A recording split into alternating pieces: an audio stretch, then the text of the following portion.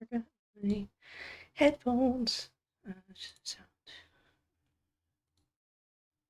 There we go. Aha. Now we can hear. New game.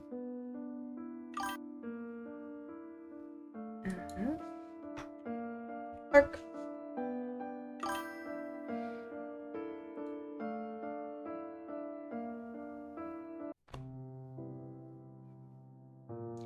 Grading first-year assignments can be such an exercise in patience. Is there background music? Okay. Oh, that's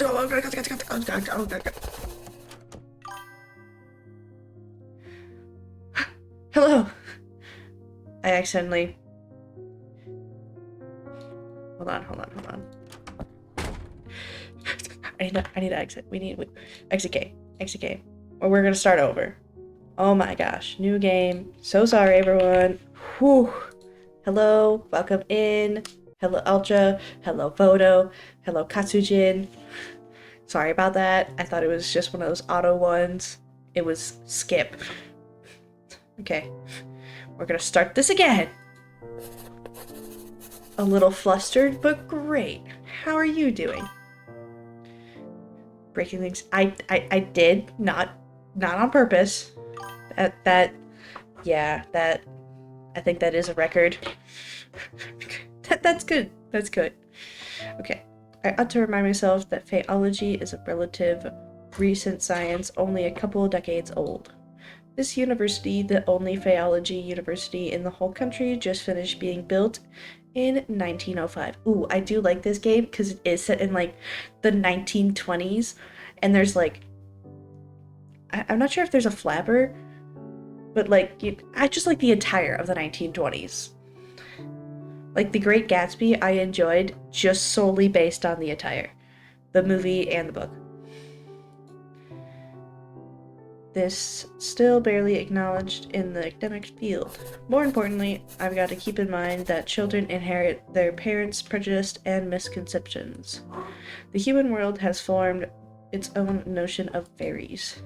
Alas, I find myself unable to suppress a big sigh every time I read references to poison apples ushering princess into eternal sleep. A reference to the Cottingley fairies is one I can understand since it's quite the sensation not long ago. Although it would be clear in the eyes of the renowned phaeologists that the photographs are mere imitations. A pity that Sir Doyle has taken care of. I ought to take a break. The grading session today has taken me quite a tangent. My beloved Ooh. I suppose having a fairy companion does give one advantages in identifying genuine fairies. I'd say a break's in order, don't you, Oz? Oz responds through thrills that I've learned to interpret over the decades I've known them. The continuity fairies again? Yes, the princess. Eternal slumber due to poisoned apples. We don't care that much for human princesses, but making poisoned apples is rather an easy feat. Shall I turn one of them into a toad in front of the whole class to show that fairy folk is capable of more than that? At the same time showing them that not all fairies are a friendly bunch. I can't help but chuckle at the thought of that. I believe some might just quit that same day if you do that. Besides, if other phaeologists get a hold of your existence, who knows what they'll do to you.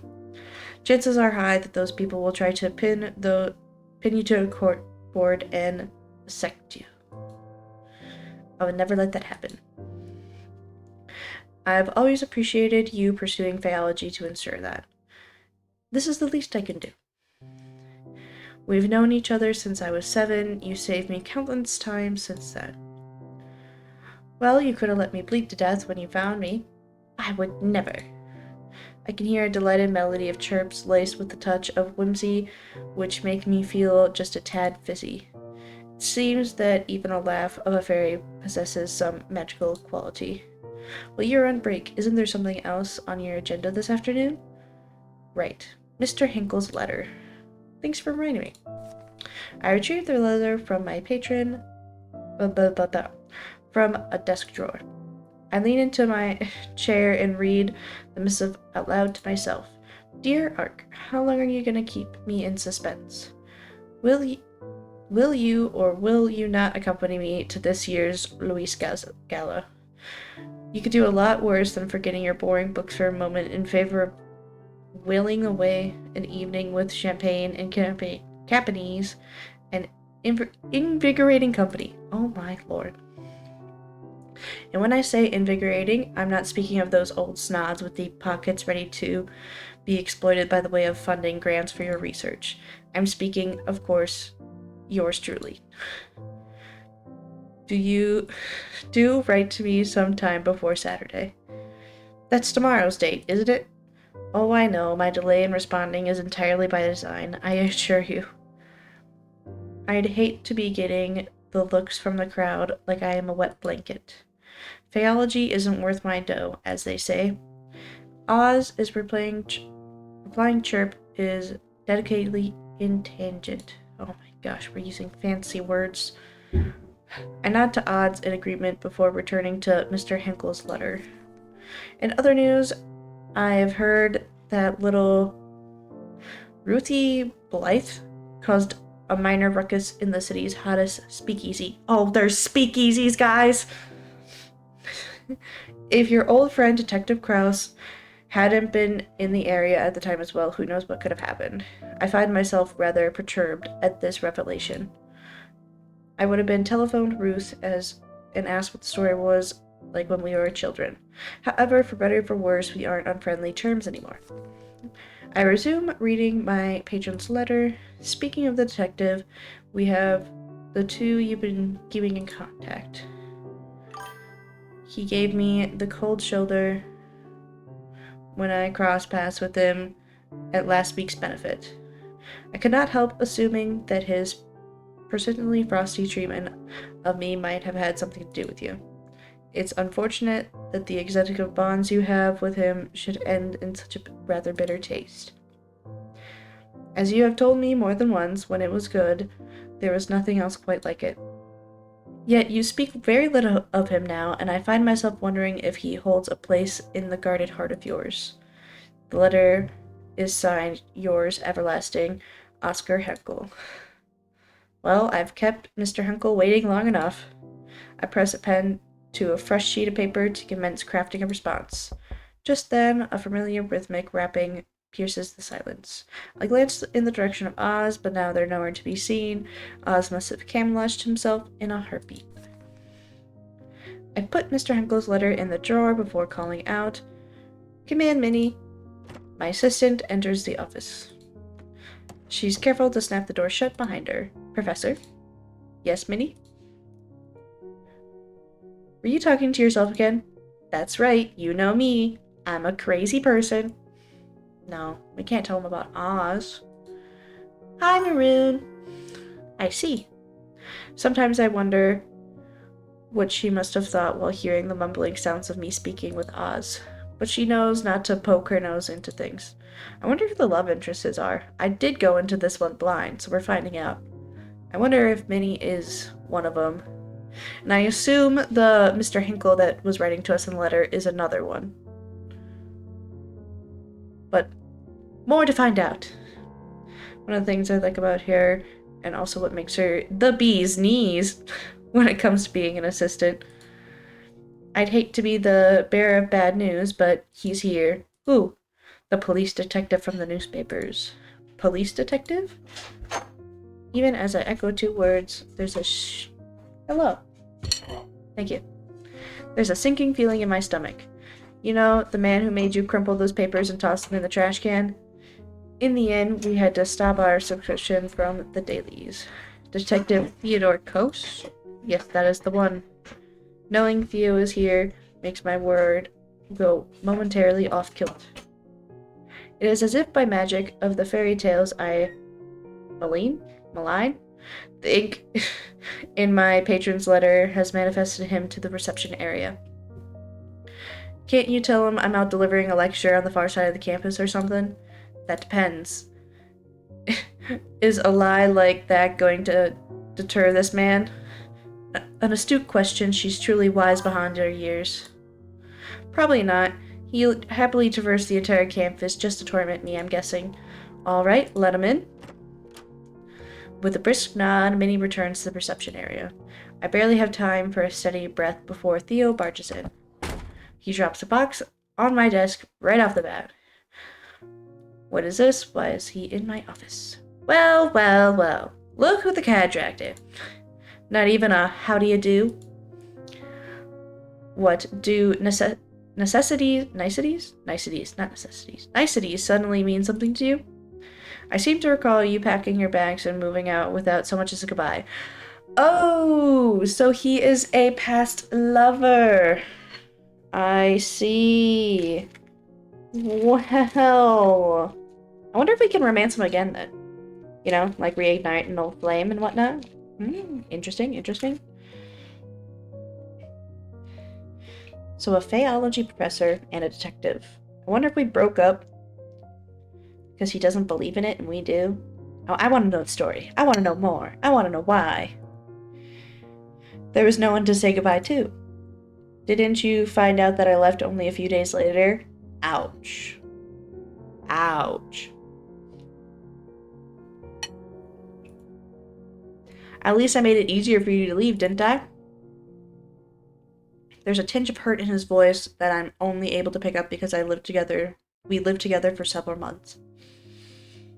As my mouth struggles to catch the words hanging in the air, I feel piercing, icy silence creeping in. I had to break the silence before I freeze. What's in the box? He lets out a deep sigh that rather sounds like relief. Your things that somehow you didn't take with you when you left, even that oddly crafted handkerchief you love so much. That handkerchief was a gift for you. Ooh. I see the corner of his mouth twitch. He's lying. What should I do with this information? Well, let's look at the box. I quickly stretch out my hand to open the box, yet he is just fast as catching my wrist before I can open it. I withdraw my hand from his grip simply, and he started like a bird soaring to the sky. That truly caught me off guard. I've forgotten what his hands feel like. I was only kidding, although you really haven't changed much, have you? You just went straight for it. He sounded amused and slightly pleased if he's confirming the accuracy of one's deductions. Neither have you. I threw all of it away right after you vanished. Oh, how nice of them, he says with a subtle squint of his left eye. Another lying. Oh. So he's just lying. This was a bad breakup, guys. Can't help but let out a sigh at his antics. Of course you did. So what's really in the box? Want to take a guess? I do have an idea. Knowing him, he sooner faced the fact that Al Capone? Where? We have a famous person here by himself after taking a bullets before coming to visit me. That must be way more important than approaching history. Case evidence? I've seen boxes like this one before, but never quite so large. Is it really a big case, isn't it? He nods. The biggest of my career.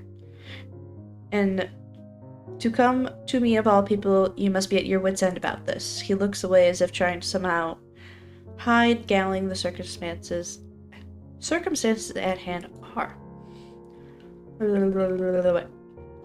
Okay, truth be told, I'd rather face the whole Al Capone gang and take the bullets than have to see you again. So that's rude.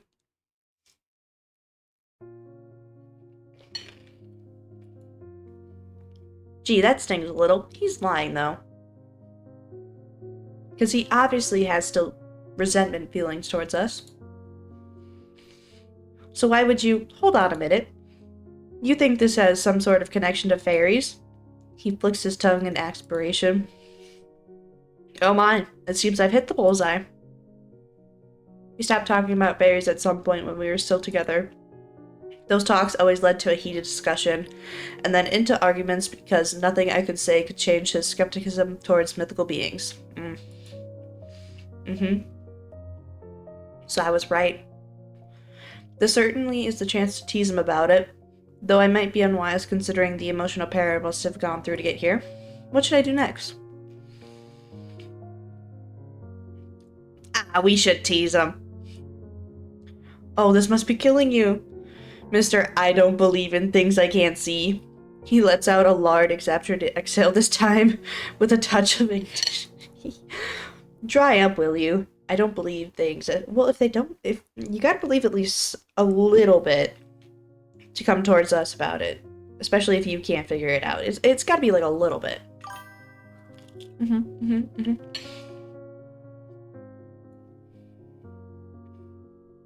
I've been running in circles about this case. For all I know, the perpetrators could just be magicians playing tricks. Nah, it's gotta be fairies.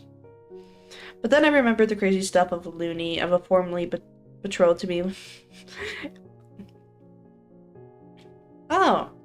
So, we weren't dating. We were engaged. I see. And then, I bet because he was, like, in his work and then doesn't believe in fairies, that, you know, what drove us to leaving. But he didn't even know us for, like, 3 days, so... Ugh. And I ended up here. Seems like I touched a nerve. He must have been under a lot of pressure. If he takes a blue streak like this, the case must be beyond big. My mistake. I guess I got a little carried away there. Nah, he deserves some teasing. So what makes this case so significant? Why do you think it relates to fairies? Are you even allowed to tell me? I hear a sound of a chuckle under her breath, like a bolt from the blue.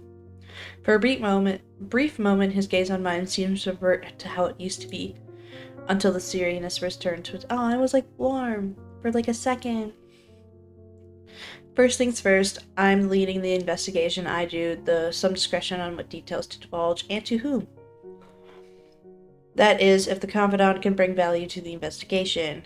And I've known you for a fact that you can be discreet. Still, I must ask sworn secrecy on the matter. You got it.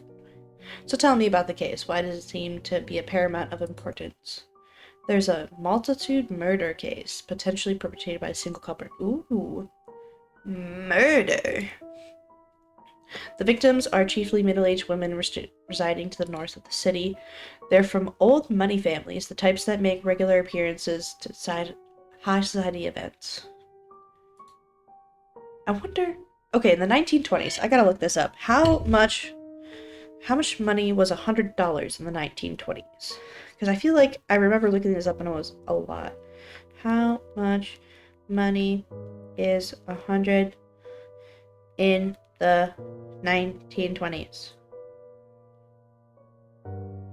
How much money is $100 in the 1920s? Oh my god! Okay. The answer is $1,651. Is $100. I would be rich. No wonder you're all tensed up. You're telling me. Chief took me to every other case. Oh, well, actually, no. Yeah, it was after the Depression. Wait, no. This is 1905. But then again, if there's fairies, I don't know if we're in the Depression in this game. Who cares? It's only a matter of time until the press catches wind and makes the circus of everything. And with some of the victims' peculiar manners of death. He pauses. This is where the fairies come in? He silently stares and then sighs. I swear I must be losing my mind. You've got this. He draws in a long, deep breath. 3 of the victims had a manner of death that the unit never seen or heard before. Oh? The strangest case is that the body seems to harden into a bony tissue overnight. Her corpse is almost like a carved wooden statue. Oh, I've heard of something like this before. Of course you have. I frown at him. Don't start now. At work, want to stop by help I have to get it. Oh, I thank you, Taki. I am having a good stream. I hope you have a good day at work. Thank you for stopping by. Oh, wait, thank you for the head pats. We're currently doing Fairy Detective Mystery Otome game. Currently, I'm enjoying it. I like the story plot so far. This is our ex-fiancé. He clears his throat abreast. Maybe I should take a drink. Maybe I should clear my throat. This is hard for a dyslexic, if you can't tell.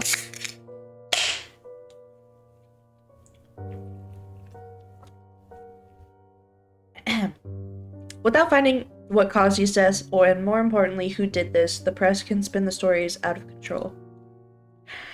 I don't want to imagine the look on the victims' families' faces when the papers are making a razz out of these poor women's death. Besides, what kind of deprived sick bastard would go around burning women in such a way? The city has been running on fumes, crimes have been more rampant day by day. People shouldn't have looked over their shoulders every night. That's no way to live. Even as he lapses into silence, I say nothing. Oh, handsome Wendigo, thank you for lurking. It's not just the city, it's the rise in crime is bleeding him dry too. Yet I am unsure what these words could soothe who are fighting it in the front line. I've never been where they are. The frown lines between his eyebrows grow deeper. You know, considering the victim's background, having these murders being exaggerated in the papers would pressure the families to insist on closing the cases as soon as possible, no matter the cost, no matter who's to blame. You're right, innocent people are going to bear the brunt of this. This is a terrible situation. I feel my stomach churning. My arms cross on instinct, trying to hold my own disquietude. Okay. Is there something I can do for you? I'm just one man. Trying as I might, I can't help those rotten police brass from lining their pockets. Nothing but a whole pack of lowlights in high places. He exhales sharply, his voice laced with contempt. Then he falls into silence yet again. Similarity words have been abandoned me. I can't shake the feeling of helplessness crawling on my skin. After a minute, he meets my eyes once more. Well, you're a good listener, better than most. He curls his lips into almost a smile. I don't mind at all. Thanks. He clears his throat once more. All right, let's get down to brass tacks. This box includes case files, crime scene photos, a couple blood samples, which I was able to request to bring to you, and several other pieces of evidence. Other than the strange manners of death I saw, forensics puzzled too by the blood samples. How so? One of them does contain iron? That's interesting. Not surprising you, does it? Well, this is particularly... I can bring up something in my fairy books, but you'd always have to find a way to deny it. You're right about that. I'm still investigating the possibility of unknown drugs or poison that somehow caused these oddities. But I'd be a fool not to go after my hunches and look at all possibilities. What about the robbery? It's ruled out, no fingerprints, no evidence of breaking in, nothing had been stolen. And motives? Revenge? We're still investigating the city's elites, looking at possible motives. But it takes time, you know how it is. Of course, they're very busy. Speaking of city elites, I know people who can be very helpful in getting some inside information. His expression turns sour at full tilt. Who? That man? I said people, but yes, that man would be particularly helpful in this matter. He scoffs brazenly and doesn't try to hide it. Even first meeting with Mr. Henkel, there's some inexplicit tension between the two. A lover's quarrel. Enemies. Theo said something about Mr. Hinkle feeling off and always hated it whenever I had to do something with him. Although, it might just be jealousy in disguise. Definitely jealousy. You know I'm right. Even if he's barely in the newspaper, it's most likely a pinnacle of high society. I don't think he'd mind if I ask him a few things about this. Well, of course, he's always got a soft spot for you. Hell, he'd probably even carry a torch for you for a long time, judging by the way he follows you everywhere. Well, he happened to be interested in Faeology and has a lot of money to allow its development. Look at you, all ready to defend him. What, are you doing him now? I might have steered this reunion right back to where months ago by bringing up Mr. Huckle, but it was necessary to mention him. I don't know anybody else who would have much information about high society. Besides, there never really was anything, even if we go fundraising events together from time to time. It was strictly business. Yet again, Theo seems to lose his reason whenever we talk about Mr. Henkel. I don't have time or energy to argue with him. What should I do? Try to make him seem reasoned. Explain the truth about the relationship. Yeah, we'll explain the truth. I mean, I don't know if he'll, believe the truth, but... Or can we just reason with him? Nah, I'll go with my gut and expose the truth. We're not anything. We just go to fundraising events from time to time, but these are work. I've got to get money for my research from somewhere, you know? Our relationship is strictly business. He gives me a dirty look. Oh, he doesn't believe it. He doesn't believe it for a second. Sure, I believe you. No, he doesn't. Exactly. Besides, what I do with him is none of your beeswax. That's true. We are broken up. But I want to know, the true reason that caused the breakup. Because currently it's, shrouded in mystery, or it's, a combination of a couple of things.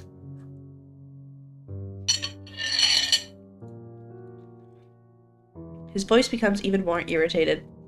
That's right. It's none of my concern. Do whatever you want with him. Just make sure he can keep his mouth shut about the case. I can't help but groan at this turn of events. I will. While we're on the subject of useful allies, you mentioned before there was blood that does not contain iron. I can take a look at the blood samples at the university chemist. She's good at what she does. And she's from a rich family. Always helpful. She might know some of the victims, or their families at least. I'll trust your judgment. I'll take this to you agreeing to help with the case. That's right. There are lives at stake. Lives at stake. Oh my gosh. He let out a soft smile, as though quite in agreement to what I said. Thank you. Well, if you think it will be helpful, you can ask the people you mentioned what they're gonna do, what they know using the evidence items. But the case files are for your eyes only. Understood. He has fallen silent somehow, leaving an uncomfortable hush in the air once more. Suddenly, a realization comes to mind. Does that mean you'd be willing to hear about fairies? About Faeology? That depends. If this was indeed fairies' doings, and if through your investigations you could provide solid theories on 3 things: the culprit, the methods of murder, and their motives, supported by evidence, of course. I'm sticking with the idea that there's a logical explanation, an earthly one, for now. Fair enough. I'd wager that we have approximately 24 hours to get some sort of answer, an answer that makes sense. I can feel the papers are close to the story. While investigating this lead, I'll look further into unusual drugs and poisons. How about it, Faeologist? Do you dare to take on this challenge? Do I? I'll help even without being challenged. Accept the challenge. Yeah, I'll accept the challenge. Bring it on, detective. This brings a grin to his almost consistent brooding expression. Good. If you need anything from me, just bring me. Aye, sir. But you need to promise me that you'll not just hear me out, but also keep an open mind about fairy topics if I succeed in what you ask. I promise. But I can't promise not to scoff from time to time. Yeah, that's fair coming from him. That's good enough. I ought to get going.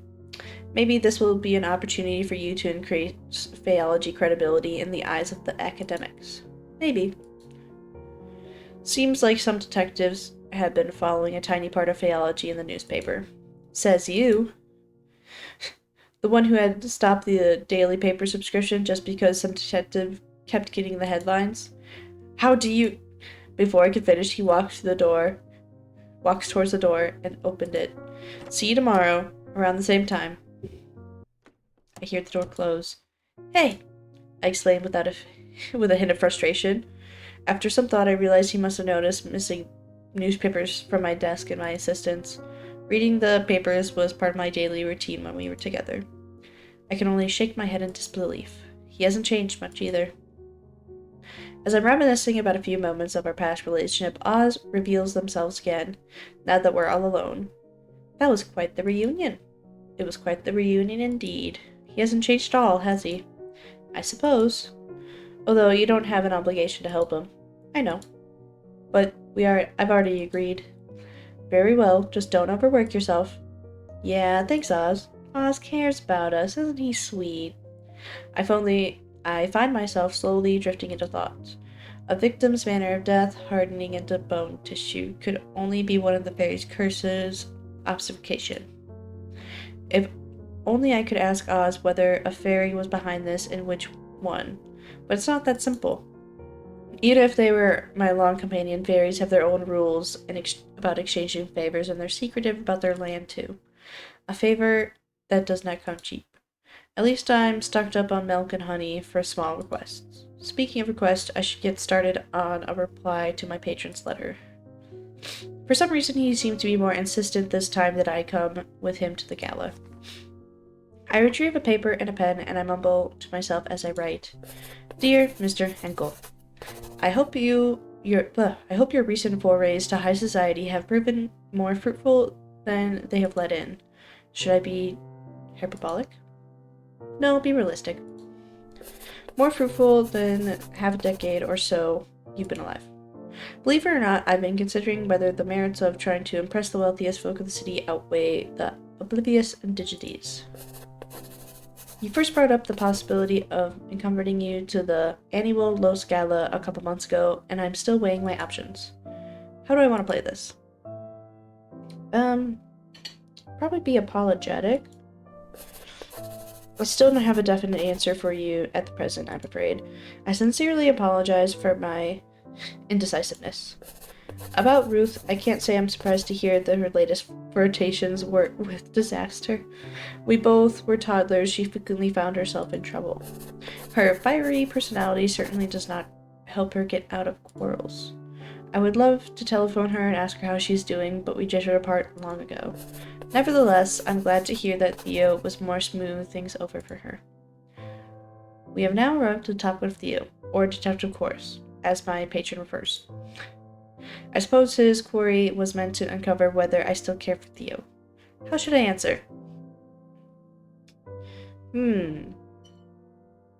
Technically, our thoughts do wander back to him, as we were stated before, but I'm guessing Mr. Henkel is just wondering based on his own motives. And we did tell Theo it was strictly business, but I'll just say my thoughts wander back to him. Sure, why not? It makes sense. I murmur under my breath as I write. As for Theo, I must be honest, sometimes my thoughts wander back to him. However, the thoughts are fleeting at best. I have not a single moment of regret over the decision to end it. Upon signing off, I seal the letter with wax. Then I turn towards my trusted Fae. Oz, can I please trouble you with something? You want me to deliver this letter to your patron, don't you? Indeed. Time is of the essence here. As always, please take care not to catch anybody's attention. He'll see it by tomorrow morning, I'm sure. It would be my pleasure. Thank you, Oz. I'm off. See you later today. We have our own little postal service. I watch as Oz flits out of my office windows and vanishes. Once the Fae is gone, I call my assistant to my office. Yes, Professor? Hold on 1 second. I rifle through the contents of the box, carefully extract the blood samples that Theo mentioned. They appear to be stored in test tubes. Would you mind asking Dr. Rayford to analyze these blood samples? I'll do that, sure. As I hand these samples to her, I notice that she looks like she's wanting to say something. Over the 2 years we've worked together, I've picked up on a few of her tells. What is it, Minnie? How to go with the detective? You don't mind me asking? Oh, no, not at all. He's the same as always. There's lingering beef, of course, but we have managed to put it aside for something more important. He has brought me a rather significant case he suspects might have some supernatural elements, as hard as it was for him to admit it. Oh, good for him. I can't help but grin at her remark. I'm glad it didn't end with a shouting match, at least. Yes, me too. We have matured. I'll deliver the blood samples now, Professor. Thank you, Minnie. Minnie hurries out. I'm alone in my office again. Remembering the conversation about the case, I suddenly engulfed by an unexplained eerie feelings. I should start investigating right away. Drag and drop inventory from desk. Next. Select items, press inspector. Over the magnifying glass, assess information. Use the black light to invisible things. Read encyclopedia, gain additional information.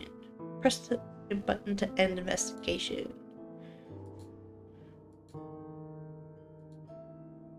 Case 1. Boop. Case 2. Case 3. Case 4. Oh, this is out of order. I gotta fix this. 2, 3. Okay. Oh.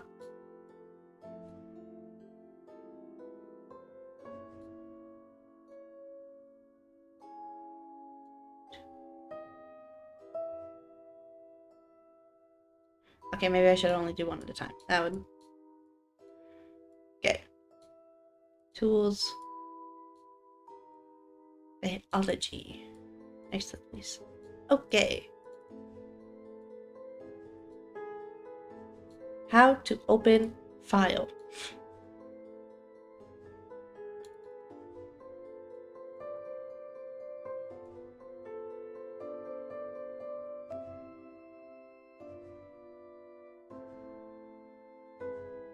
Name Audrey below, 51 years old. Manner of death, harding of bone tissue from afar. Covered time of death around 1 p.m. Village main lunch, woman in the city. Victim reported having strange seeing phenomenon days preceding to her death. Due to the strange behavior involvement occurs, reporting management of drugs, poisoning, being described for further autopsy still processed due to the victim's manner of death. Wildridge. Now that's a familiar name.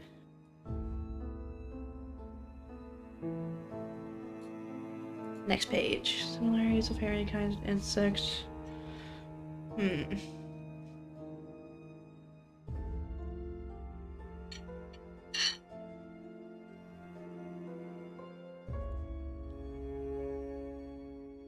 Scribes and warriors.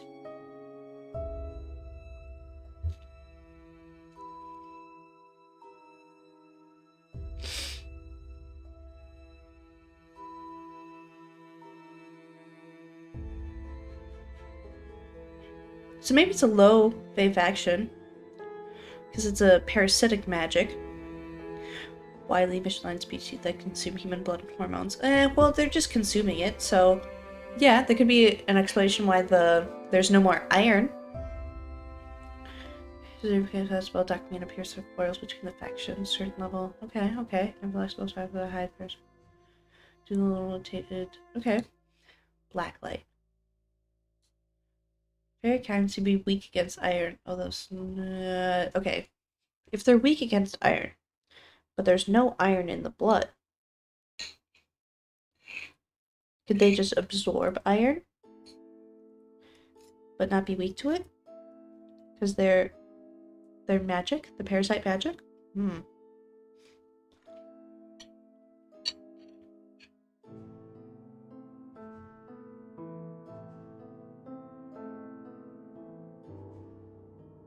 Okay.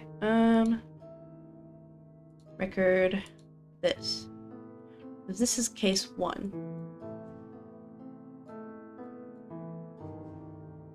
Nope, I want the tool back. It's on automatically. Oh, there's more things. Okay. Something on the picture.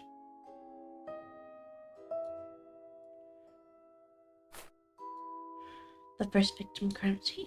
First time I encountered something that's gonna be intoxication. I feel sick to my stomach.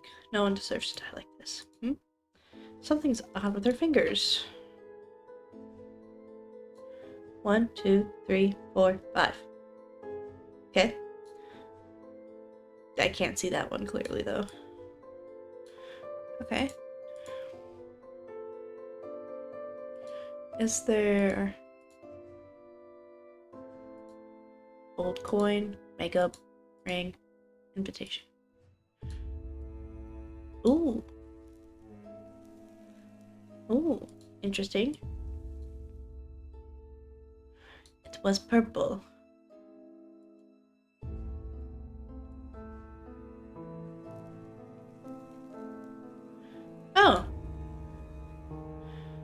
seen this before. Parasite Fae, a failed transformation magic.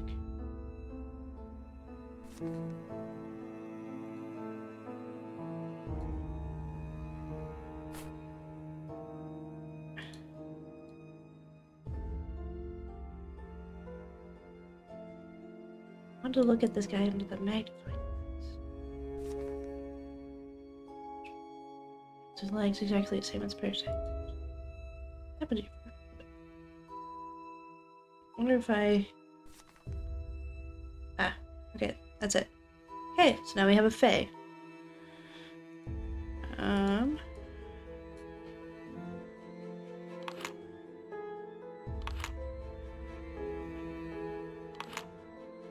Seen this making power recently is from the next line.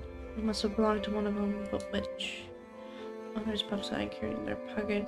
Already used up, perhaps a chemist investigating. Smart, smart.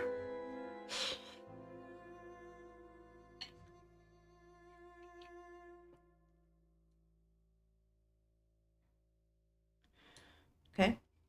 Record.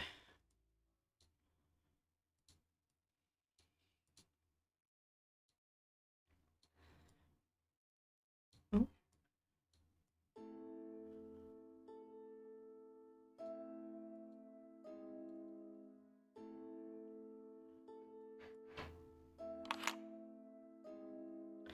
Seems to be made of gold, but it has Fae magic on it. But it didn't reveal itself like the other one. Do I have another tool? Nope. Got some loving kindness to humans. Scribe magic assistant converting. Hmm.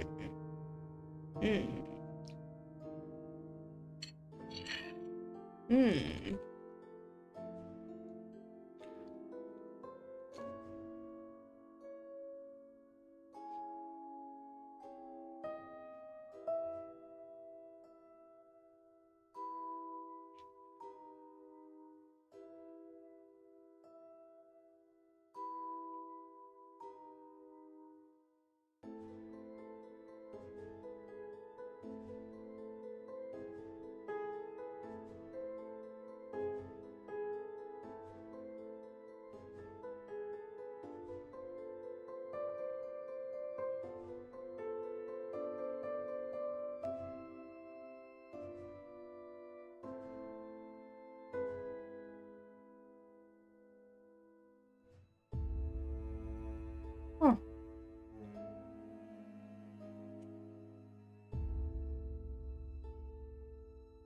Oh, so if it's a changeling, we go back to the records over here because it says mention something about her fingers, but I can't see.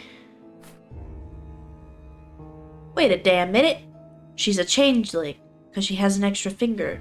Oh, I didn't see a thumb, but there should be a thumb.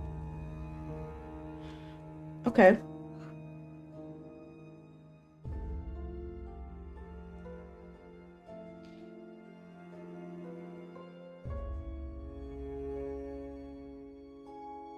Okay.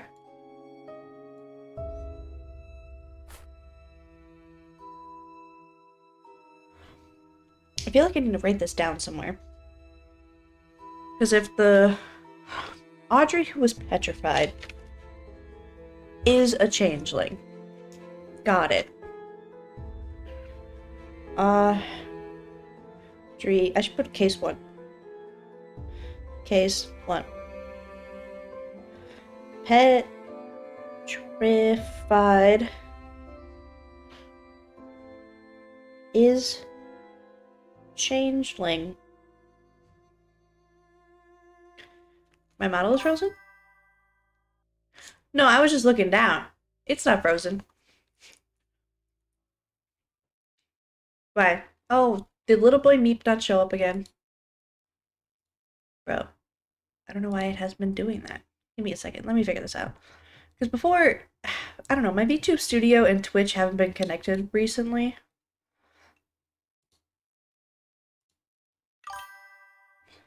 It was, and it glitched out. Oh! Okay, there we go. It's working normally. Okay. Okay, change from look. Chance also wearing anomalies like extra fingers, extra toes. Nearby heat conductors such as metallic rods fails known to warp. Okay. It is now. Okay, I'm okay. Okay, fine. So, case 1 closed. And this, I don't know whose ring this is. Susan Moore, photo 2. It's Susan Moore's ring. Connected. Seems to be the second victim's crime scene. Her complexion is not quite pale punch. Okay, case 2.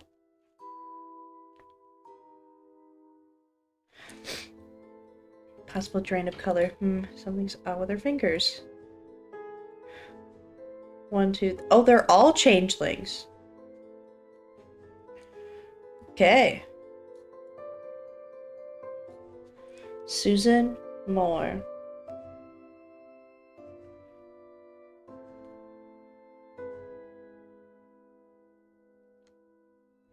So this is someone who's targeting changelings. So far.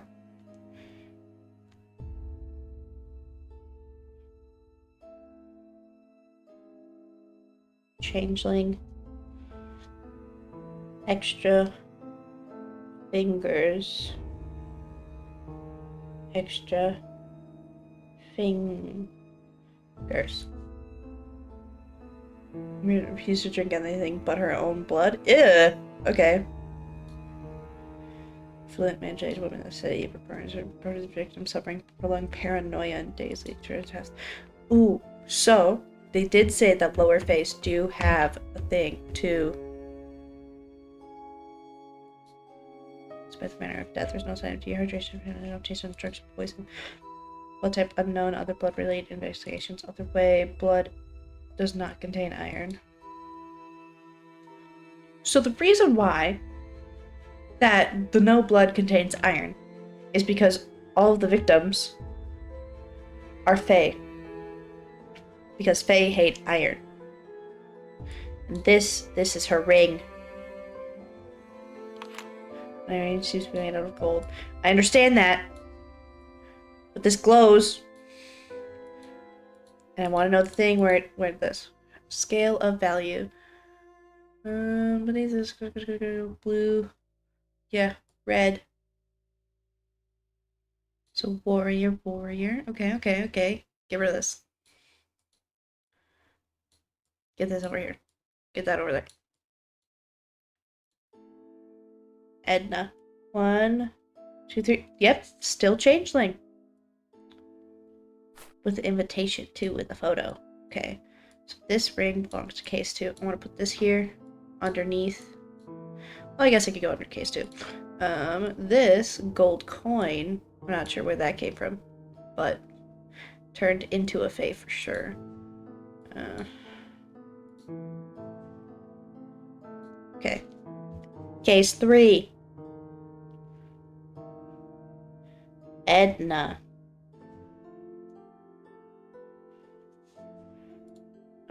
Gnawing her own fingers down to the bone. Ew.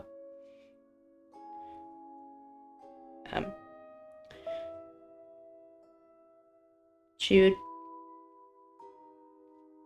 Hands. A middle-aged woman. Friend to the victim reported she visited the restaurant Strap-Up and Taysho shortly prior to the fire's death. Friend also wanted to check in the victim's well-being as she had been acting strangely at the night of the party prior.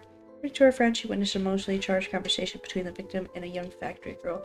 However, the friend didn't think much of it at the eye. At the crime scene, invitation card was dropped by the friend. Was seen close to Vicious Forest, was taken for evidence. No traces, blood unknown. Blood does not contain iron.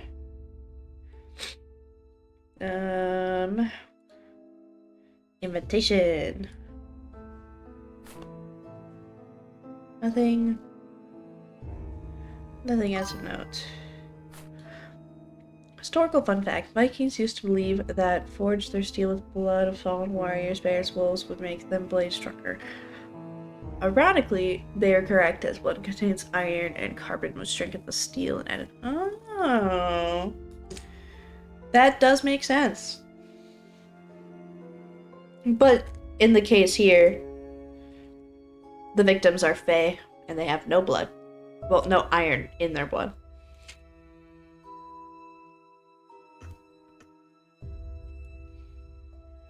Hmm.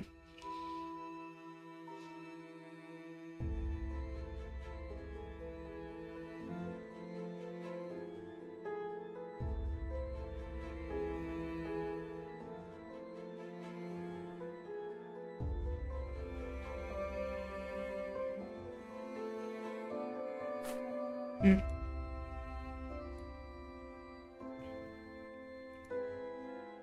Don't really know what's going on here with this one, but... Case 4.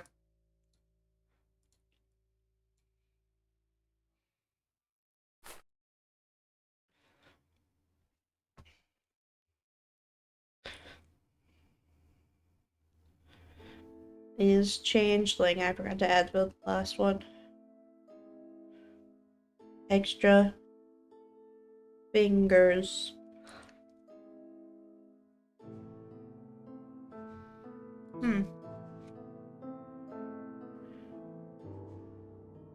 Case 4.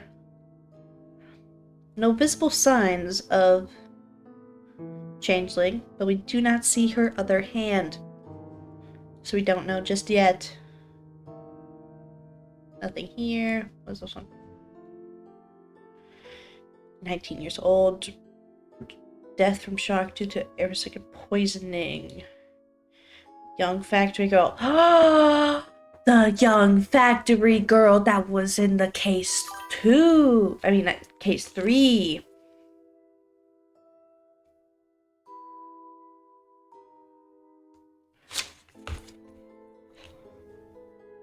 Arsenic. Poisoning.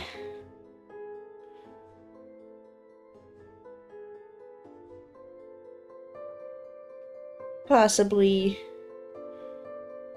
connected to case 3 was seen with victim. Aha! Despite not fitting the lead previous victim profile, she's probably included basically how she had a heated conversation with the third. Yep.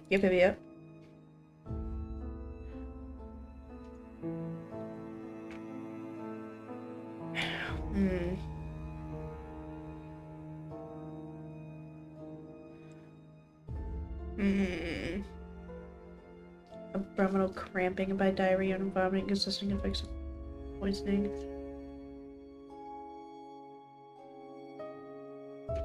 Blood contains iron. So she was a human. Got it. Okay. I still need to look at this photo. And this photo. Put that back, put that back.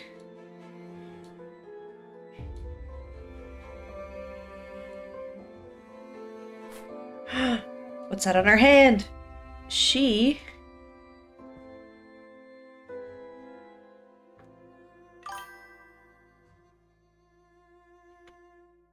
has scrap magic on her.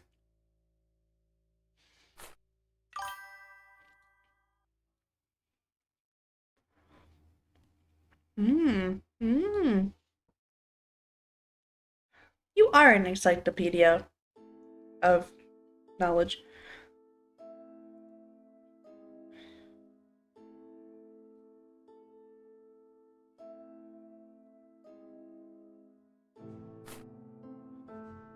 Who are these two people?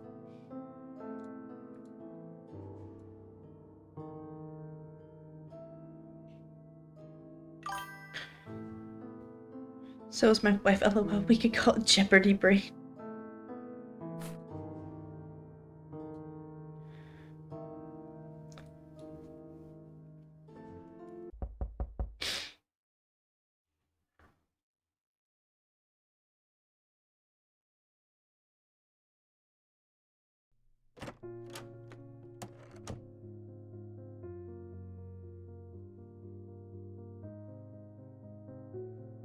I forgot I'm supposed to be reading this out loud. Minnie nods.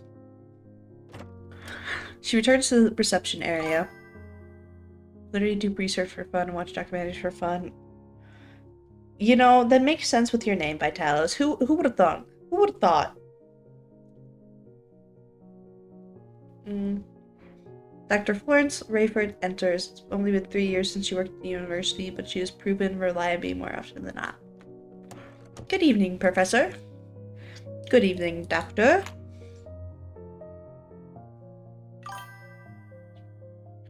Dr. Rayford hands over the blood samples. She also gives me her lab report. Here you go. Thank you. What have you found? The most peculiar thing is there's no blood, no iron in one of the blood samples. Say, is this Fae related? Her question prompts me to ask myself, but what sense can I divulge her? Theo did say I may ask the patron or her for information using some of the evidence. Although she has knowledge of fairies and their curses, she can handle the crime scene photographs? As I return to her thoughts, I notice her voice has taken on a higher pitch. This is so exciting! Are you working with the police?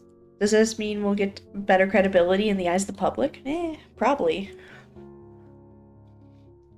Oh my. Are we going to be in the newspapers, aren't we? She's really excited about this. And we're not the usual corner spots, too? I can hardly contain myself.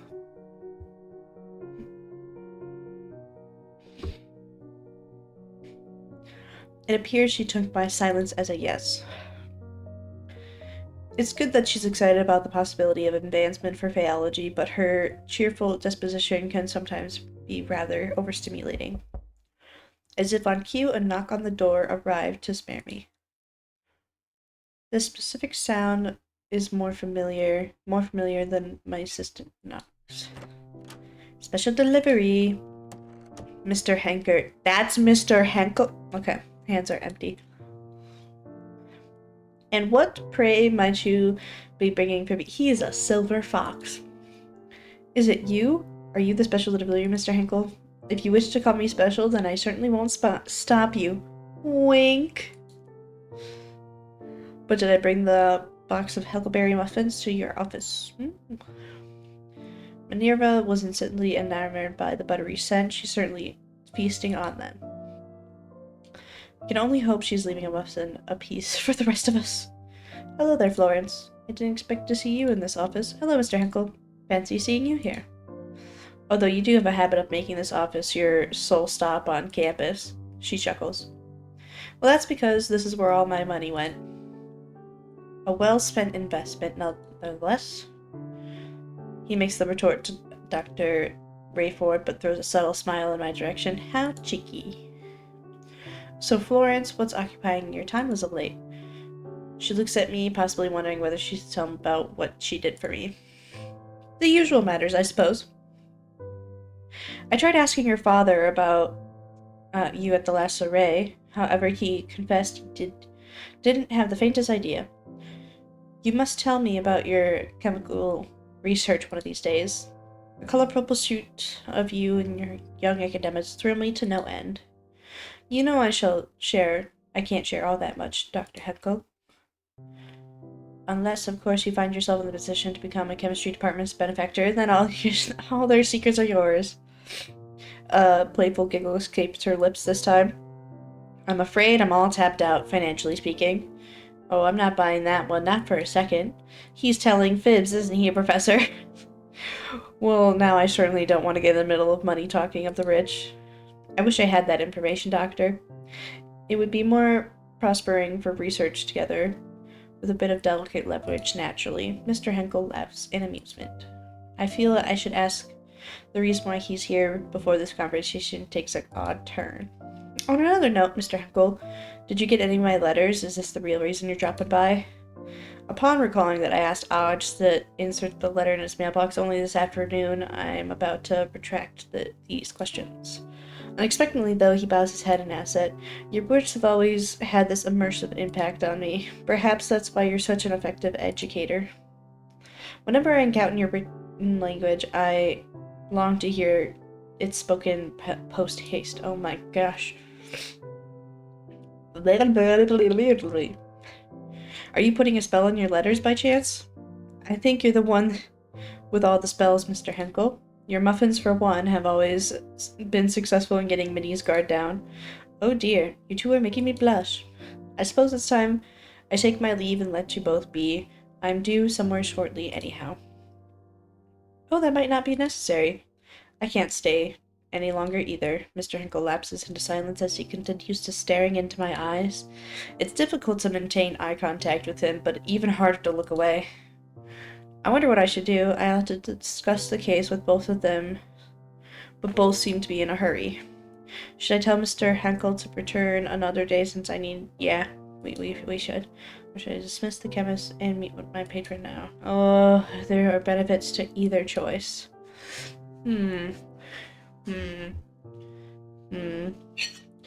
Probably the chemist. And then Mr. Henkel.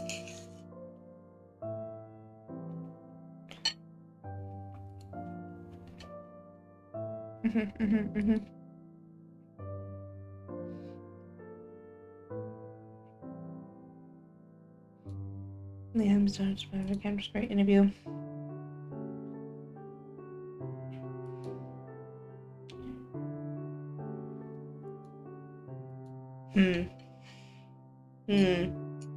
This is a choice.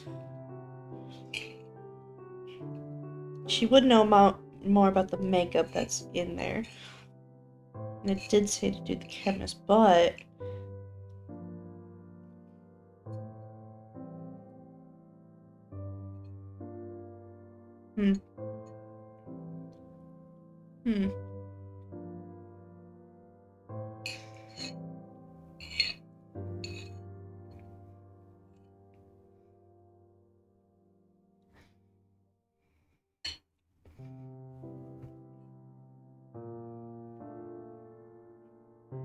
I think after some thought, I'll go with Mr. Henkel, with all his connections that he has. Would you mind staying for a while? I'd like to discuss something. Not at all. I'd be delighted. Big Daddy! Thank you for checking in.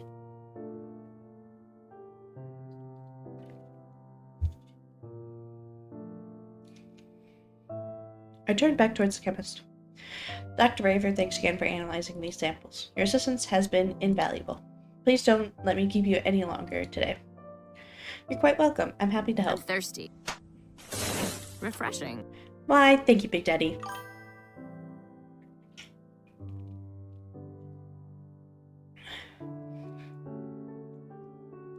After bidding Mr. Henkel a swift farewell, Dr. Rayford is out the door in no time. What do you want to talk about, my dear Faeologist? I gestured toward the box on my desk. It's a box of evidence for a multiple murder cases. Oh my gosh, Big Daddy, you've done it! You broke the Twitch curse! Look at you! Congratulations! It is indeed he brought me to this morning. You haven't seen the detective in months, have you? How'd that visit go? Nothing special. He just wants to know because he wants to get in our pantalones. There wasn't anything worth mentioning except, of course, the top priority case I've been tasked with. That's over here. I don't know why, but I have an inkling that he's pleased. Why... Was that why Dr. Bradford was here earlier? She analyzed some biological samples? That is right. All right, tell me about this case. How can I help? After binding my patron to secrecy, I raffled through the basic facts of the homicide. I believe I might have heard a bit about this case. Not the gory details, mind you. Just a little whispers here and there. Yes, I was hoping you'd be familiar with some of the parties involved. I wanted to show you something. Please spare any knowledge you might have about the evidence. Sure, I can do that. Desk, record. These people. This photograph of Mrs. Bridger's family. Faces were familiar to me. I must express my deepest sympathies when I see them at the Los Gala. Can you tell me more about the people in this picture? The Woodridges are perhaps one of the most prominent and powerful families in the city. And they're scribes! The victim's father was in the running to be the richest in the world until he decided to devote much of his wealth to lavish charitable endeavors. This elderly woman and the victim's stepmother is Buflison, who the victim's father divorced her biological brother. This younger man is the victim's stepbrother.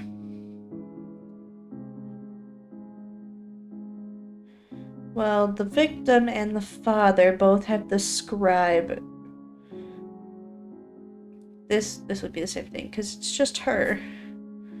This photograph is Miss Moore and her family. Can you tell me about the people in this photo? I believe the elderly couple is her adoptive parents. I've never really talked to them. I hear they're very kind, wonderful people. Biologically, Madame Moore is born to a so-called miracle baby into both parents of advanced age. When they passed away, she had no longer family members by blood. Thus was adopted by a middle-class couple who were trusted employees of her biological parents, or so I've heard. Upon coming of age, she became a seasonable inheritance and recently and tutored a couple of beginnings. This is her widower in the photograph. He said to be extremely close to his parents-in-law. Okay. There you go. Oh, how awful.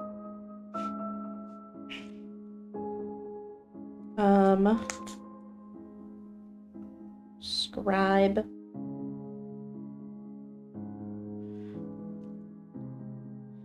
Magic. Plus father. Notes for later. Okay. Through the grapevine, I heard the devastating news of her death. Often interacted with the exceptional woman and her sprightly spouse at the high society events. They're both gracious individuals. What about this? This is one from that popular brand, Nectar Bio. Yes, so that's all I know about it. Okay, cool. Here you go. Isn't this parasitic Fae? They're the ones killing the poor ladies. I'd rather be surprised he was able to identify a Fae with just one look. I suppose I did read everything for my research reports. That wasn't helpful. Lab report. Just saying, indeed, I can see why the detectives came with you with this case. Blood, you. Did you know this woman she was? She was fine, upstanding lady. She surely didn't reach death. She was among her peers. Her rare coin collection. Aha! So, coin was hers with the parasitic Fae. Coin slash parasite Fae was hers. We're on something now, Watson! From what I've heard, you can see her delicious sweep every inch of our house. Okay. What about this lady? Are you familiar with this girl? No, I've never seen her before. This girl is, I express my serious good also says, what about her? Oh, that's terrible. I knew Madame Wildred, undoubtedly.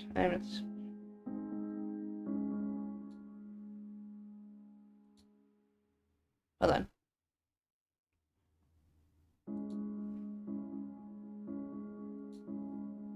She had similarly from something kind of like her. Only hairs golden dawn.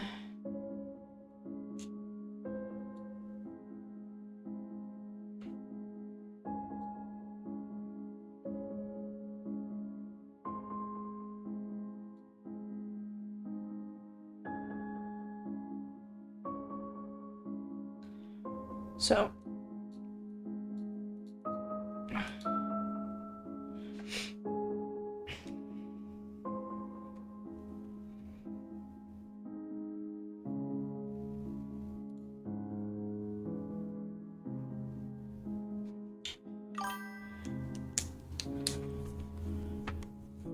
Ooh, yeah, those are...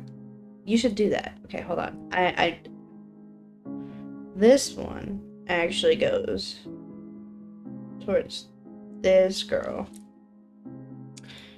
More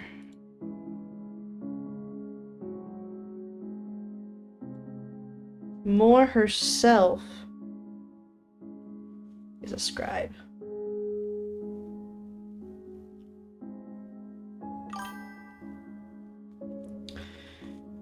Would you be interested in playing either? Yeah, I would. Sorry. Let me finish writing this down. Okay. Phasmophobia, I'm not that good at because I only play with other people. I've never played on, like, my own. But I do like Sense of the Forest. That one, as you know, I do play with Mimi on Tuesdays now. Well, not this Tuesday because I'm doing, obviously this, but next Tuesday we should do it again. Oh, you need to wish Mimi a happy birthday. It's Mimi's birthday today. Yes, I've gotten all the information I need. No further questions. Already? Yes. Either you mentioned it, you had prior engagement. I wouldn't want to keep you any longer. Thank you for your time. You've been incredibly helpful. Delighted I could be of assistance. Reach out to me if you need anything else. See you soon. Yes. Brief nod. Mr. Heckleton leaves. Okay, good. I'm alone again, but not for long. My assistant pops into the office. Professor, I'm heading home soon. Is there anything else I can help? Nope, I'm perfectly fine. I think I'll stay and work for a bit longer. Okay, see you tomorrow, Professor. Have a safe trip home. Upon wishing me the same, Minnie leaves.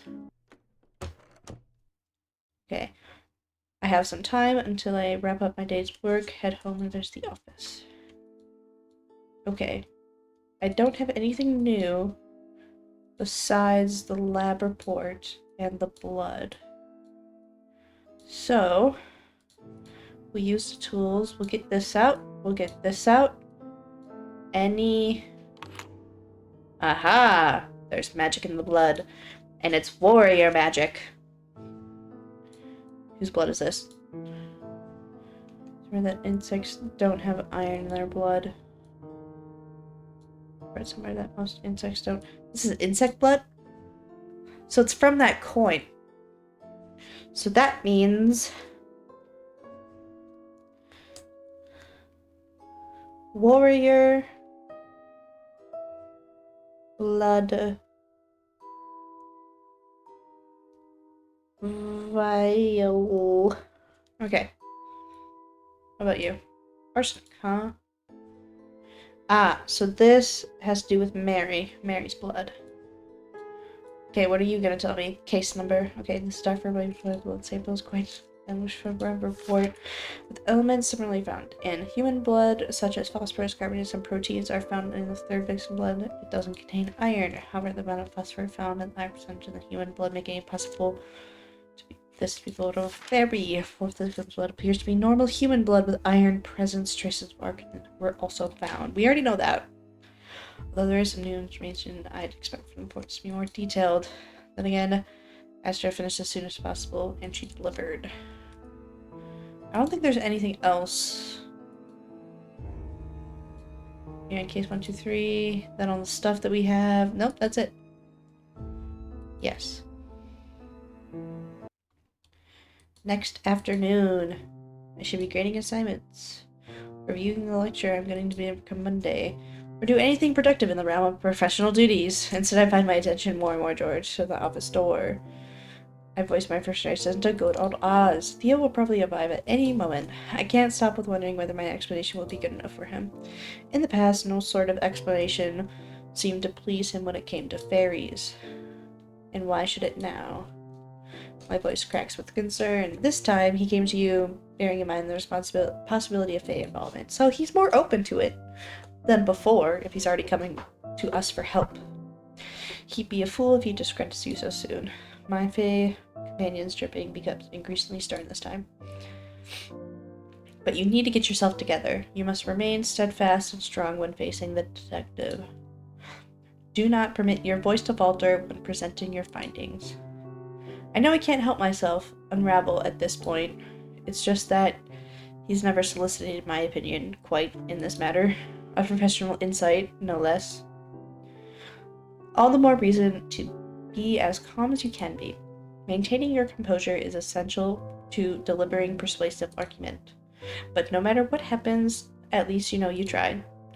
At the end of the day, he's the one who needs to solve the case. That's true. There's nothing really in it for us. Rather than, saving some lives. You're right. Of course you are. I'm not a detective. I'm simply a professor sharing my perspective. Thank you, Oz. You're always talking me off the ledge. Just then, somebody knocks on the door. It's him! That's my cue to sail past your windowless edge. Best of luck! I whispered a hurried goodbye to my fairy friend. I'll see you tonight, Oz. Once Oz flown out, I direct my attention to the door. Come in! My assistant marches in. Professor, you have a visitor. The detective? Minnie nods. All right, send him in. Minnie nods once again and walks out of the room. Theo paces around for a bit before strolling in. He appears quite distracted. Finally, he stops and opens his mouth. So, what have you learned? I take a deep breath. Here it goes. I have presented my findings to perhaps the most sought-after detective in the police force. Theo investigates cases right when the crime scene unfolds.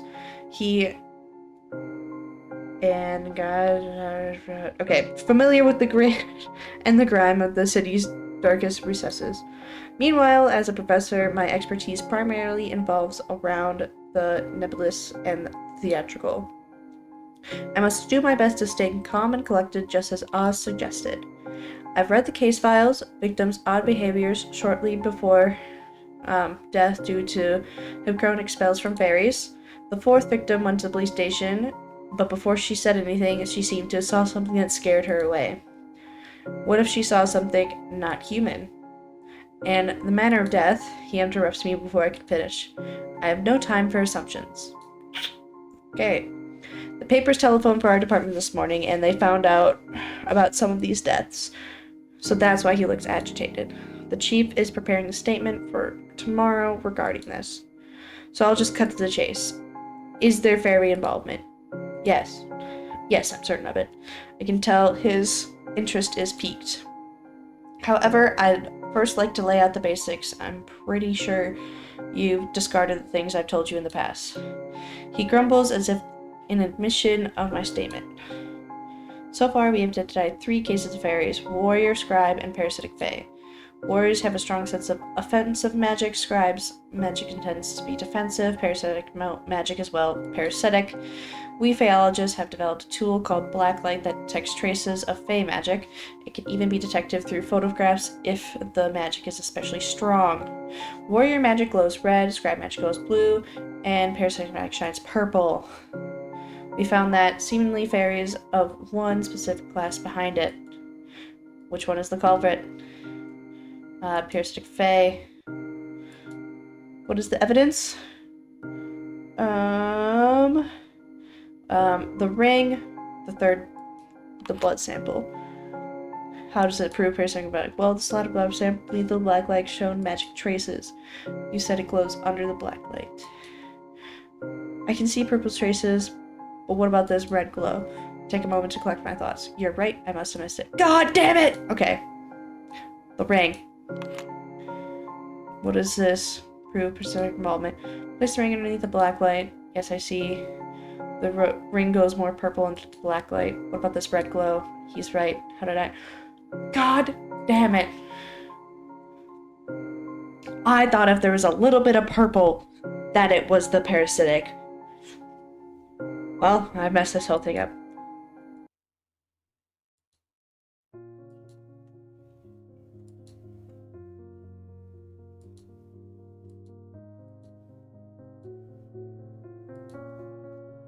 Oh no. It doesn't matter. We're running out of time.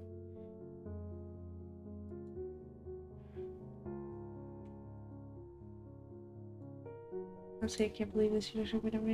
Oh no. What? Oh You're not cut out for forensics. I feel like I'm starting to get red. Can't believe you bring up my profession this way. I know. That was just me. That was me. It's because I'm confused. Nothing that she did. She's smart. I believe in her. They're trying to get her the time limit. She keeps hammering away. It's me all over again how easy it is for making him feel really small. I'm just laying down the facts. He nonchalantly inspects as if he does not see the effect of his opinion on me. I can't do this. My anger is beyond contentment. I never want to see you again. Damn! Get out. Fine by me. I don't ever coming back to this office anyway. Picking up the door, Pirates turns to leave.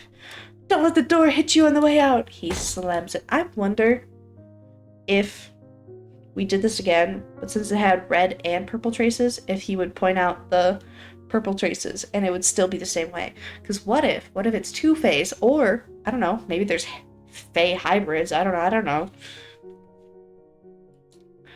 Perhaps this is for the best after all. The reason I walked away, it's all coming back to me. I was taking my breath to calm down and I realized something. I haven't explained to Dr. Reeford's findings on the blood samples. I haven't on the blood. How could it be fairy blood? And significant of scribe singles on the prominent families. Even more, Dr. Hinkle gave me a top-secret information on the Claude cult group on the upper class.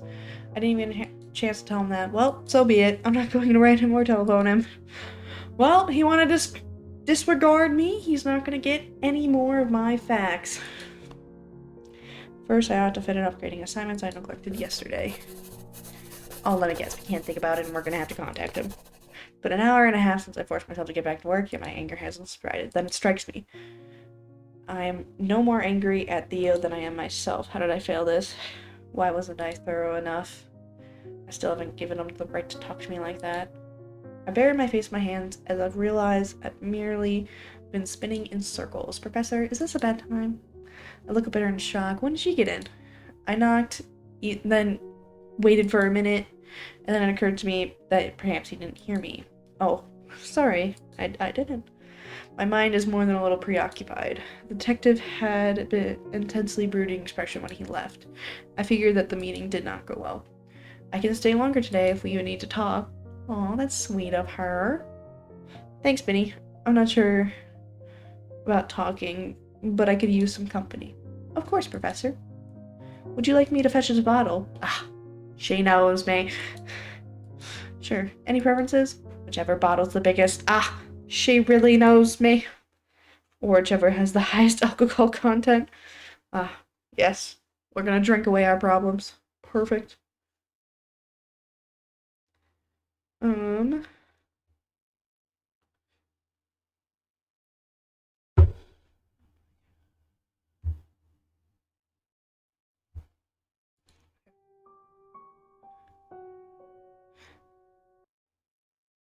Ending number 6, Bottle Blues. Oh, so there's different endings.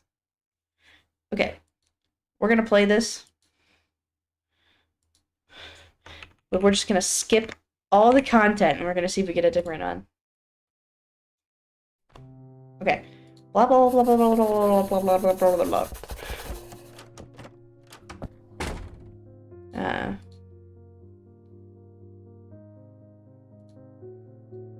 We'll make the same choices up until Theo asks us for help. Because I want to know.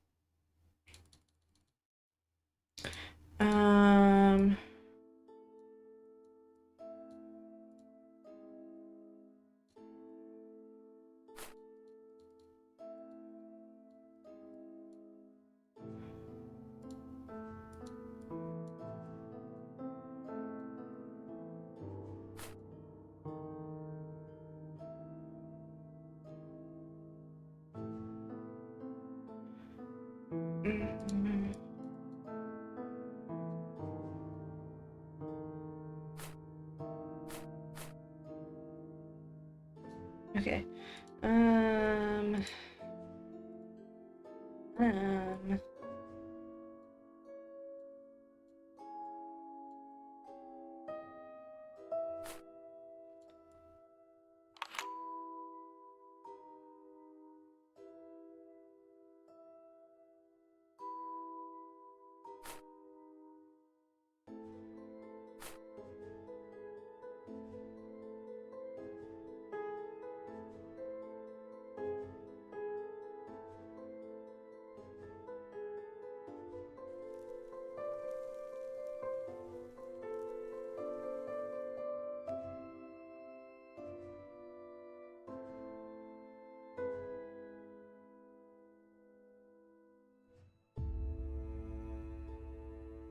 When did I get it to turn before?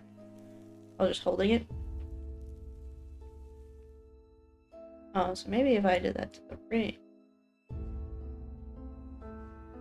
No, it just glows. Okay.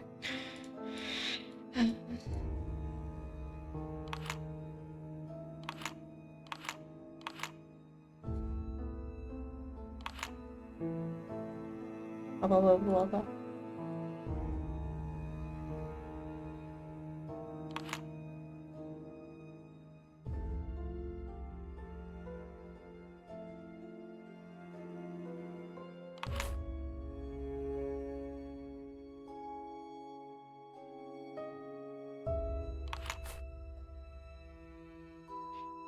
And then we go over to tools over here, and then we blah blah blah blah blah blah blah blah blah blah blah. Okay. And then record blah blah blah blah blah blah blah blah blah blah blah blah blah.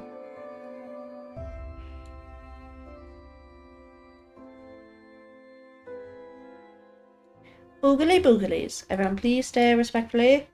Okay. Okay. Skip through this. Skip through all that. Stare. And Mary Hatcher. Okay. End investigation. Confirm. Is there a way to like save on here? Aha, save. Aha, save. Okay.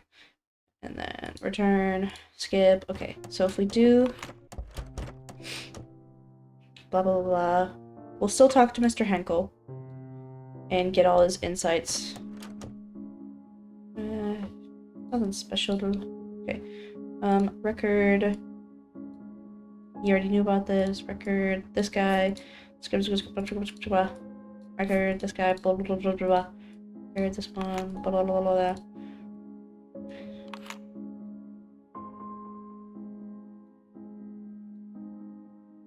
Here. Why is it touch the hip toothpiece in the pond? Okay. Here you go. See this one? Yep, yep, yep. Thank you. We've done this before. We've done this before.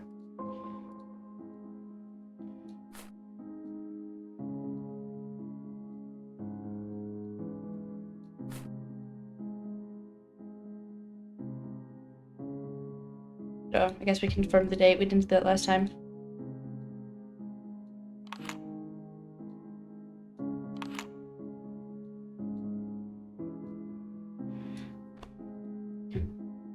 Okay, and interview confirmed. No further questions. Okay. Gotta go down. Okay, goodbye, Vitalis. Thank you for coming. I'm just, you know, trying to do my thingies.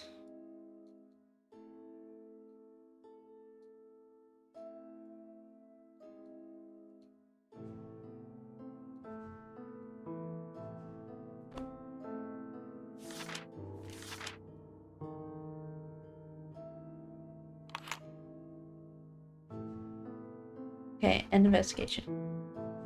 So now, we're gonna... And now we should save. At least for this one. And then see what the difference is between the other one. Because there's 6 endings you could do.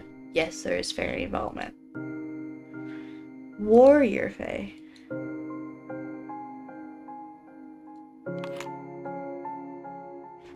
So with magical trace, you see glowing in purple.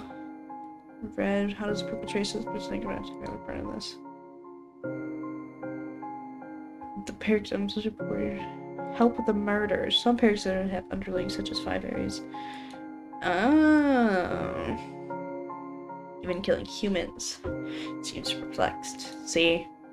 Something's not right. What else we got? The ring. There's black light. See, glows purple and red under the black light. What does it glow purple as well? The parasite are warped into the ring because of failed transmission. How warp fairies would transition? Dragon oversized the bottom fairy thing. That's a good question. Normally the bottom would be under a black light. Yet this is just a ring no matter how long I hold the black light on top of it. I think I missed something. Oh fuck! Okay. Photographs.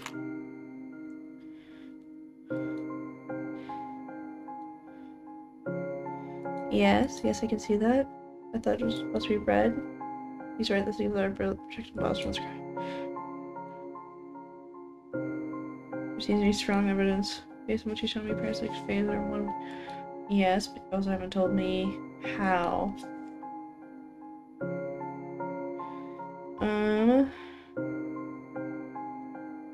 Where he's replaced with chain link, killed the chain link with altercation and hallucination spells. Yes, because we know that they have different.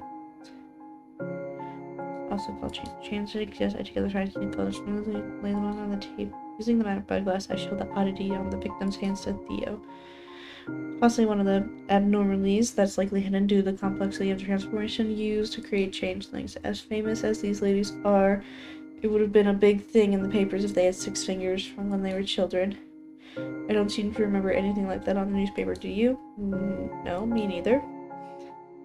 Theo looks away as if trying to remember all the newspapers he's read. It also explains the missing iron in the blood sample since the corpses are not human. I wait until Theo meets my gaze before continuing. They then murder the changelings using obfuscation and hallucination magic. It is done by covering up what they really did to the real humans. Wait, they really did, like what? It could be anything.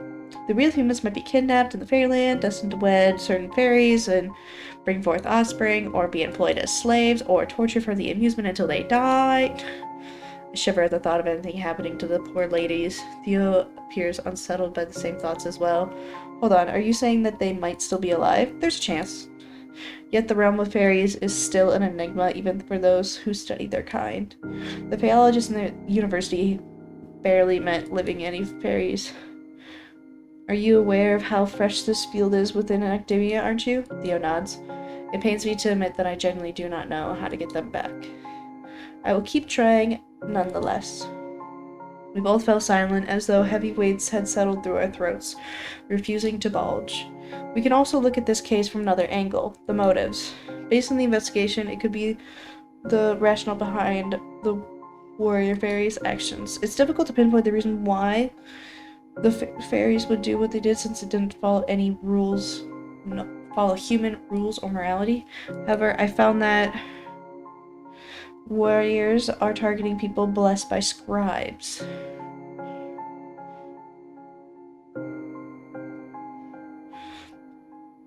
The 3 middle-aged are blessed by scribe fairies known by signals on their hands.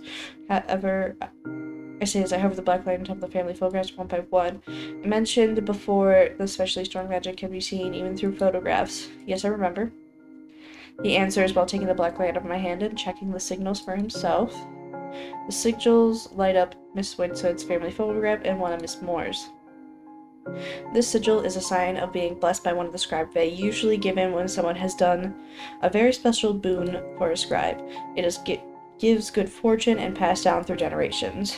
As you know, the middle-aged victims and their family are old, rich families that have stayed on top of them many decades. That's how strong their magic is. Miss Moore was adopted, that's why she's the only one who has it. Her late biological parents hailed from a distinguished, affluent lineage. Theo points at Mrs. Wedgwood's photographs, and he's the biological father, while the other two are stepfamily. I nodded him. I am positively sure that if we check Mrs. Niblett's family photograph, and she and her children will display the same sigils. I'll see what I can do. Oh, and this is also meant to warn others not to harm marked humans. I guess the warning did not work in this case, did it? No, it didn't. Well, I suppose this makes sense, and it's a pattern? Yes. This might be targeted murders. Bum, bum, bum. Then he glanced away with an air of satisfaction around and breaks into a smile. Good job. May, considering how rarely he gives conventions, this sounds like a compliment of a lifetime. I feel my confidence going through the roof. Thank you. Lastly, what have you found on the poor girl, Miss Hatcher? Any connections to fairies? The chemist reports is similar to the case file. The blood is normal, human, traces of arsenic. I didn't find any signs of fairy magic from the evidence. Even so, based on her relation to Miss Nibbit, we can't disregard the possibility of fairies might be involved in her death too. Theo nods in agreement.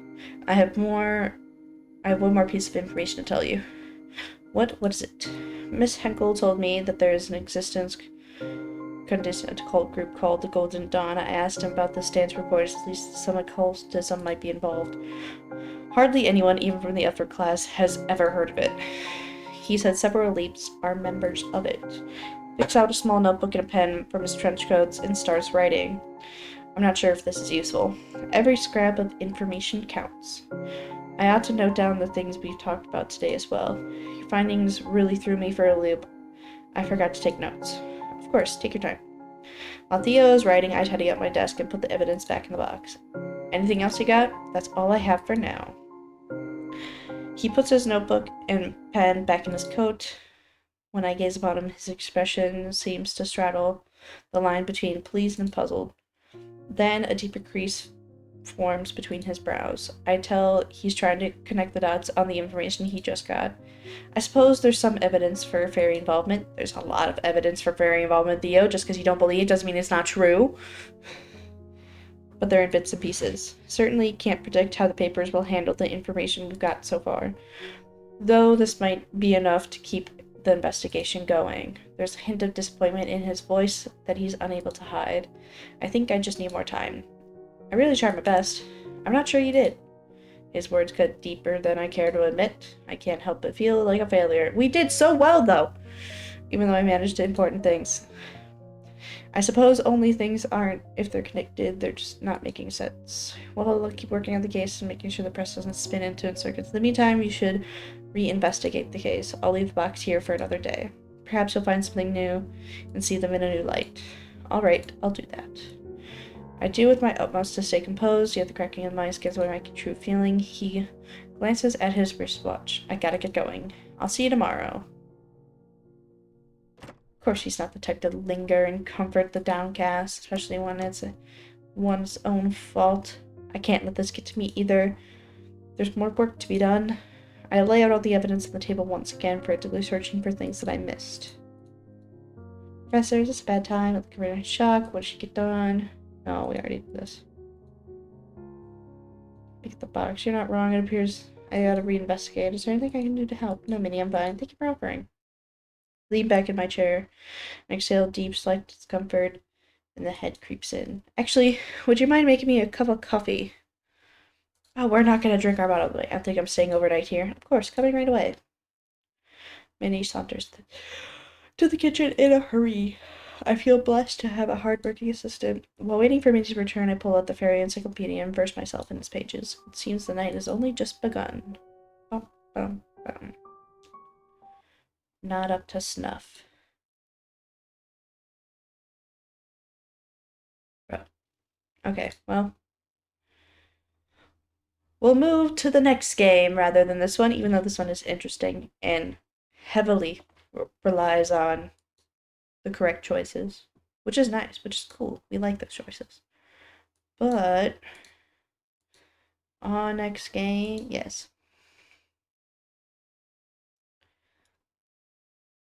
Okay. I will take this second to go to the bathroom before I continue. I'll leave you with the music, because this one would be more interesting. It has more supernatural things. I like supernatural.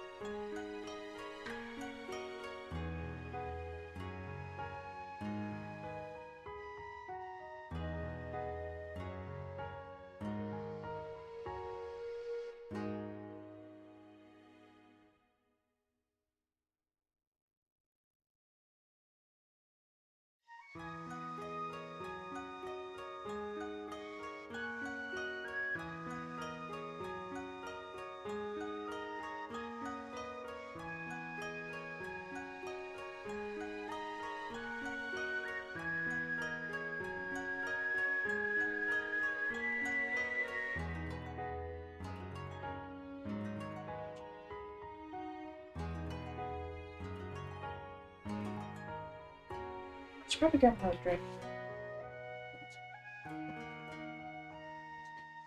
And that drink is cherry peppy. Okay. Let me see. Okay. New game. Hold on, I gotta fix my hair so it doesn't smell my headphones weird. Well, this is it, isn't it? I press my palm against the counter and feel its every imperfection worn smooth by the years of care. I'm liking this font. Every step in these halls, every creak in the floorboards, I've memorized them all. After tonight, none of it will belong to me anymore. Strange, though, I don't feel sadder. I spent a lifetime here, now that I'm too old to take care of it. A ryokan, a traditional Japanese inn, without a keeper is an empty house waiting to be forgotten. How many times have I cleaned these counters and mopped these floors, greeted the guests who come in and went like fleeting whispers? I wonder if I would ever find someone to walk these halls with me, not just pass through them, someone who would wake up beside me every morning. I yearn for love. Is that sentence summary? No one stayed, no one made an impression. Until now. Okay, maybe not like right this second, but I made my way towards the Osan hot spring, just so lonely. My knees protesting with every step. I should have let myself enjoy life more. Even with guests gone and lanterns dim, a single unyielding thought stayed behind. Did I live well? I spent my youth building this place, holding on to it with everything I had, and in the end, there's no one left to hold on to me. So that's the real regret. Sigh. Well, it's too late to dwell on it now. I steadied myself against the wall and rise with a groan, feeling every year of my age crack in my back. But then, my foot slips. Am I gonna get reincarnated and transported back so then I have a chance at love again? This is what's happening, isn't it? Am I isekaiing into my own life? There's a moment of weightlessness followed by a hard crack as you know what? I would love to be a manager of a hot spring. That would be so cool. Then the cold comes. Water rushes over me, pulling at my limbs. Fingers grasp for an anchor, but only meet emptiness. My vision begins to tilt into shadows, until all that remains is the sight of a steam rising to the dark, bottomless sky. Perhaps in another life. My head feels like someone's hosting a drum circle in there. I inhale, hoping to be greeted by the scent of aged wood, and said, "What is that smell?" Salt, fragrant smoke, and a sweet aroma of omanothos? I don't know. Instead of my dimly... Oh my gosh, this is my ryokan. This feels so cold. Am I dead? I died, didn't I? The Red Bridge of Souls. Oh, Kima-sama, the stories were true, weren't they? A place between a crossing for those who have breathed their last, and now I'm the one walking it. Why does everything sound so loud? I can hear whispers, the murmur, the occasional laughter. Seriously, my ears are starting to ache. Wait. Ears? A horrible... Wait. Stop that. Those aren't my hands, are they? Since when are my fingers slender and my skin was smooth? I haven't seen these knuckles since I was 20. And claws? I scrambled to check my legs. Where are the rest of me? The dogs are out! No more wrinkles, no more gnarled knuckles, no more aching bones. I'm youthful. I'm glowing. I am radiant. This is some pretty good artwork, though. Look at the eyes. My jaw drops. I pat down my arms firm. I press my hand to my stomach flat. I trail higher. No way! I have boobs! My hands fly to my chest. They're perky! By the spirits above, I have breasts again! Perky, full, no sag, no back pain. This is a miracle! These are the breasts of a woman in her prime, not a retired ryokan owner who needs at least 2 layers of fabric and prayer to hold them up before. But before I can begin to celebrate this ridiculous, beautiful miracle, something is definitely moving behind me. No. I turn my head hoping to see things, but no, it's a tail! Guys. A red furrowed tail sways behind me, wagging so cheerfully I can't wrap my brain around the fact that it's mine. Hold on, stop that. I'm absolutely not Happy Tail. I'm terrified. This is not a wagging situation. Oh, my hands tremble even more, trying to make sense of everything. My skin, my tail, my lack of... Oh, I'm naked! As I bear these... I am as bare as the day I was born, but with a tail, claws, and apparently some kind of breast enhancement. Oh no, a breeze blows through my body, my entire very exposed, freshly revived body. Nobody was supposed to see this, body prickles. Stay calm, stay dignified. I like the writing of this story. But of course, there's no dignity left to be had. I collapse into a ball, desperately using my tail as a modest screen. How embarrassing to be seen like this. This is a fate worse than death. But I'm not alone. I hear footsteps, no claw steps, followed by rustling robes and a horrible skittering sound. No, absolutely not. I will not look. I'm not entertaining whatever fresh horror that is. A shadow looms behind me. A robed figure glides past it, pauses, and then slowly backs away if I'm the strange one. Another one, sporting a long serpentine tail, grins at me, showing up a mouthful of sharp teeth. I pretend I didn't see it. They're everywhere. I'm being circled by spirits, possibly man-eating spirits, and I'm not on the menu. That's it. I will not be making eye contact with anything that might look like it eats me. Deep breaths. Focus. I've handled rowdy nobles, drunken guests, and several matchmaking attempts. I can handle this. Alright, first things first, close. And then I can figure out what in the world just happened to me. I push myself up, carefully and composed, and... A new arrival, huh? Cute tail. Followed by a burst of laughter. Oh, splendid. Public humiliation on day one. Lovely.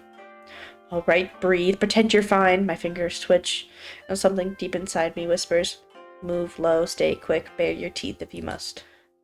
And for once, it doesn't sound like a bad idea. Come now, old girl. You've handled worse than this. I prepare to stand, back straight, chin up, just like I've done for decades. Oh no, too fast. I push off the ground, and instead of slow lies, I practically catapult myself in the air. Oh dear, why is my son of a gravity all along? The bridge vanishes, and the night air rushes past me as I tumble towards... Oh, for heaven's sake, not this again. Can a woman stage ride for 5 minutes? Not today. Water again, but this time it feels different. It seems I seem to be breathing underwater. Well, that's new. It's certainly an improvement over my previous life. At least I don't have to worry about dying twice in one night. That's always a perk. Didn't I already drown today? Fine, if the afterlife is just a series of puddles, I'll just live at the bottom. But before I can decide to stay here out of sheer stubbornness, the water lashes out. A hand catches me, yanking me forward with a grip, saying, "Stop embarrassing yourself. Get out of my river." Oh, that. Very impressive hand. Very firm. I am pulled upward before I can finish the thought. My heart breaks the surface, and finally I see him. My goodness! I've seen many men in my life, strong men, handsome men, men who paid extra for a private Ulsan package, but this one? He seems like something else entirely. I mean, just look at those sculpted features and the luscious white hair. Where's Maku when we need him?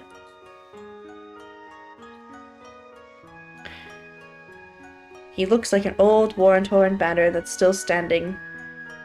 Out of sheer spite, still, what a view! He drapes his kimono over me, his hand lingering just long enough to ensure that it stays. It's been decades since a handsome man held me with such grave... Oh my god, a man has held me! Oh, what am I gonna do? You alright?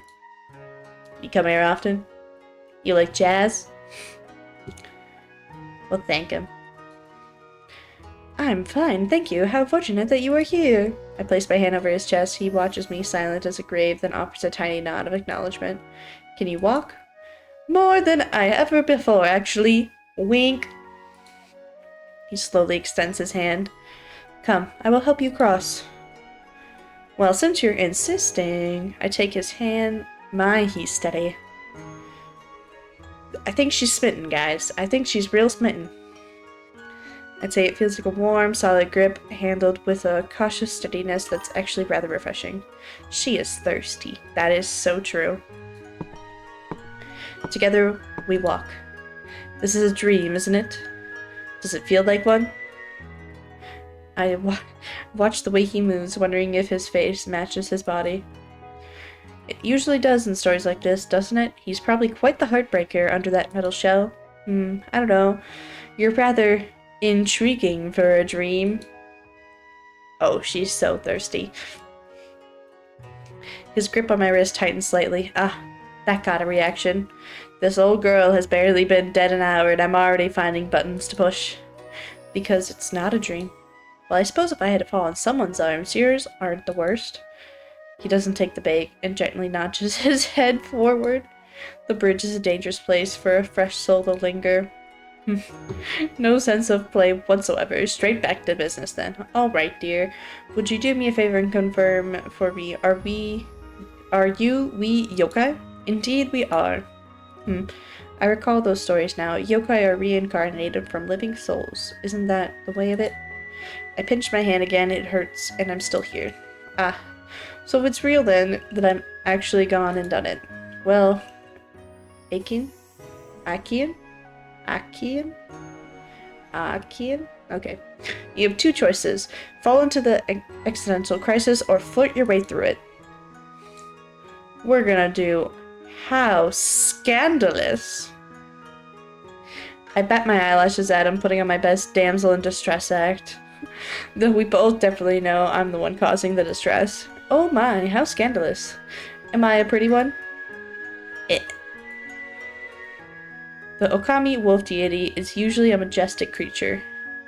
Okami? Is that what I'm reincarnated into?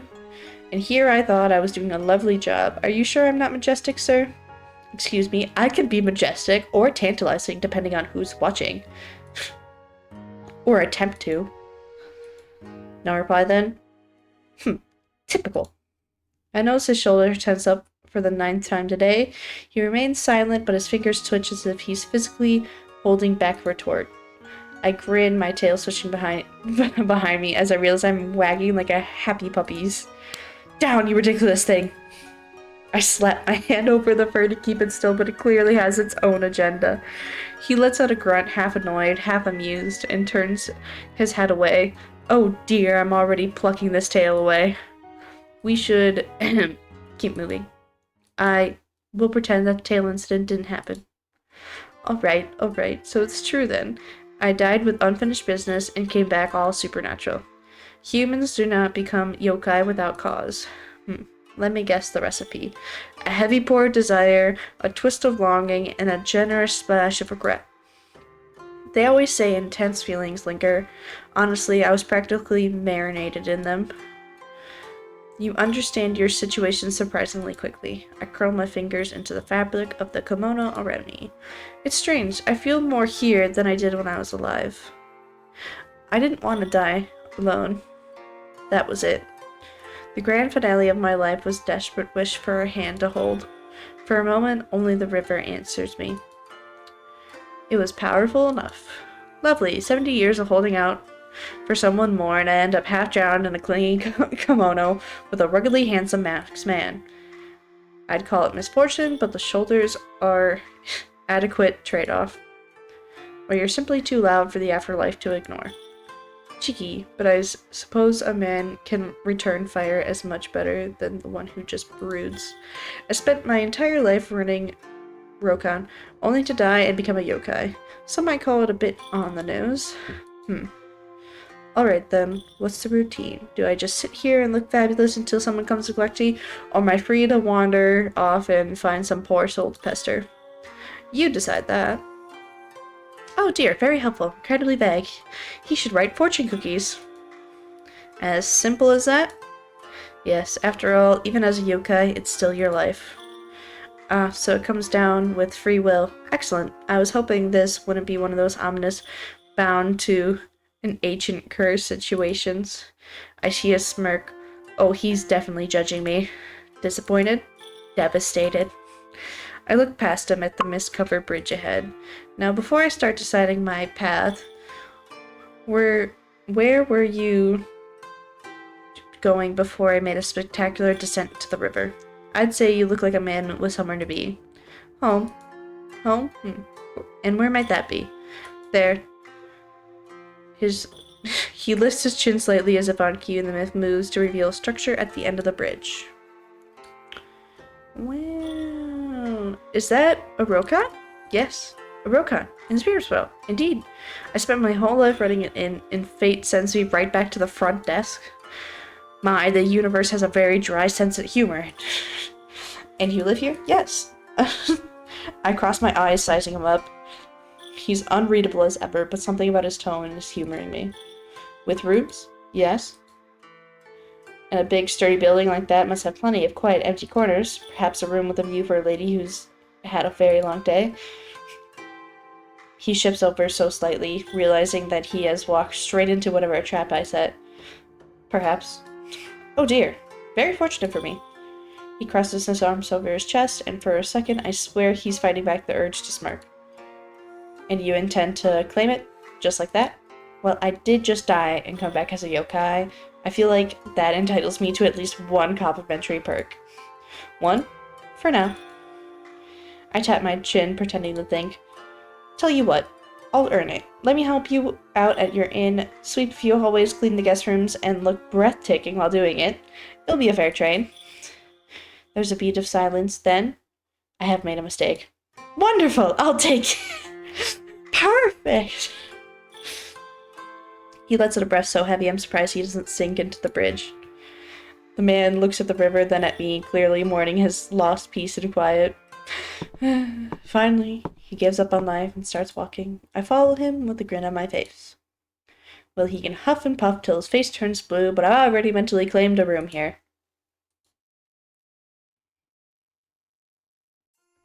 The Rokai looms ahead, and well, it's a building, technically.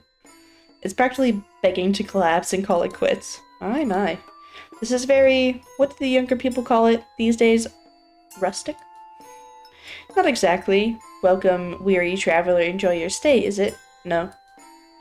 Isn't that exactly how things used to be? Is it? It was. Did the previous owners simply walk out, or did the building just lose its will to live first? Either one sounds equally tragic, though. Please, a man with such impressive shoulders really shouldn't be keeping a house in place that looks this miserable. Do you expect me to believe it was quite this inviting? I can practically hear the unspoken sigh before it leaves him. Are you quite finished? No, I haven't even started. Well then, don't let me stop you. It sounds like a challenge. Unless, of course, he's mocking me. And then, at last, we step inside. Ooh, it is rough in here.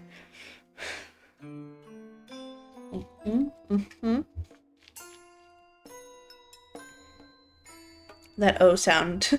Decades of experience shrieking in horror. It's worse than I thought. A Rokai should be warm and inviting, but this place feels like it's waiting for permission to die, and frankly, looking at those stills gives me attempts to give it. This is a disaster. I am aware. Goodness, just like that, no attempt to sugarcoat it? Would there be a point? Alright, that's fair. What happened here? I lost the power to sustain it. My will and the buildings drifted apart. You say that like you misplaced it under a cushion. You can't just lose the ability to maintain a Rokon. Or can you? I have no idea. Would have been easier if I had. How long has it been like this? Very long. That, at least, I believe. I feel like a ghost of a heartbeat in that sentence. This lobby is a wreck, yes, but there's a desperate sort of order to it. Someone giving all of their goods just to keep this poor place going.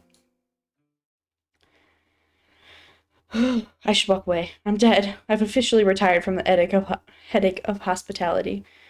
But even with that mask hiding his face, I know that slump on his shoulders. I've seen that exact same silhouette in the mirror on the nights I thought my own Rokai would just swallow me whole. It's a heavy birdie, isn't it? Running a house that's forgotten how to love you back. You're keeping the lights on with sheer willpower, even though you're running on empty. If you think you stop, everything ends. I've lived that life. It's a heavy kind of lonely. His hands are still, but those shoulders are shaking. Looks like I hit a nerve. Have you changed your mind then? About staying here? Leave and let this poor man keep moping in the dark? I'm not cruel.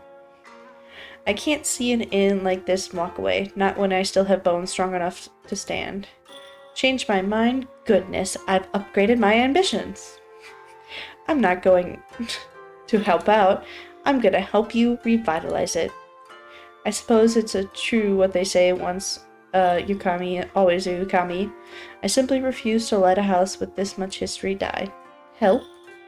Indeed, consider me a very well-timed gift from the heavens, or the river. Take your pick. I don't need it. I'm sure you don't, but that doesn't mean you can't turn it down. People realize the weight of this place and vanish, or they stay and try to change things, but they don't understand. Don't call it help then, call it professional meddling. Persistent. And you're very set in your ways. It's a match made in heaven. No? He exhales slowly, starting to realize that no isn't in my vocabulary today. And your price? What do you gain from tying yourself to a sinking ship? A place to stay, obviously.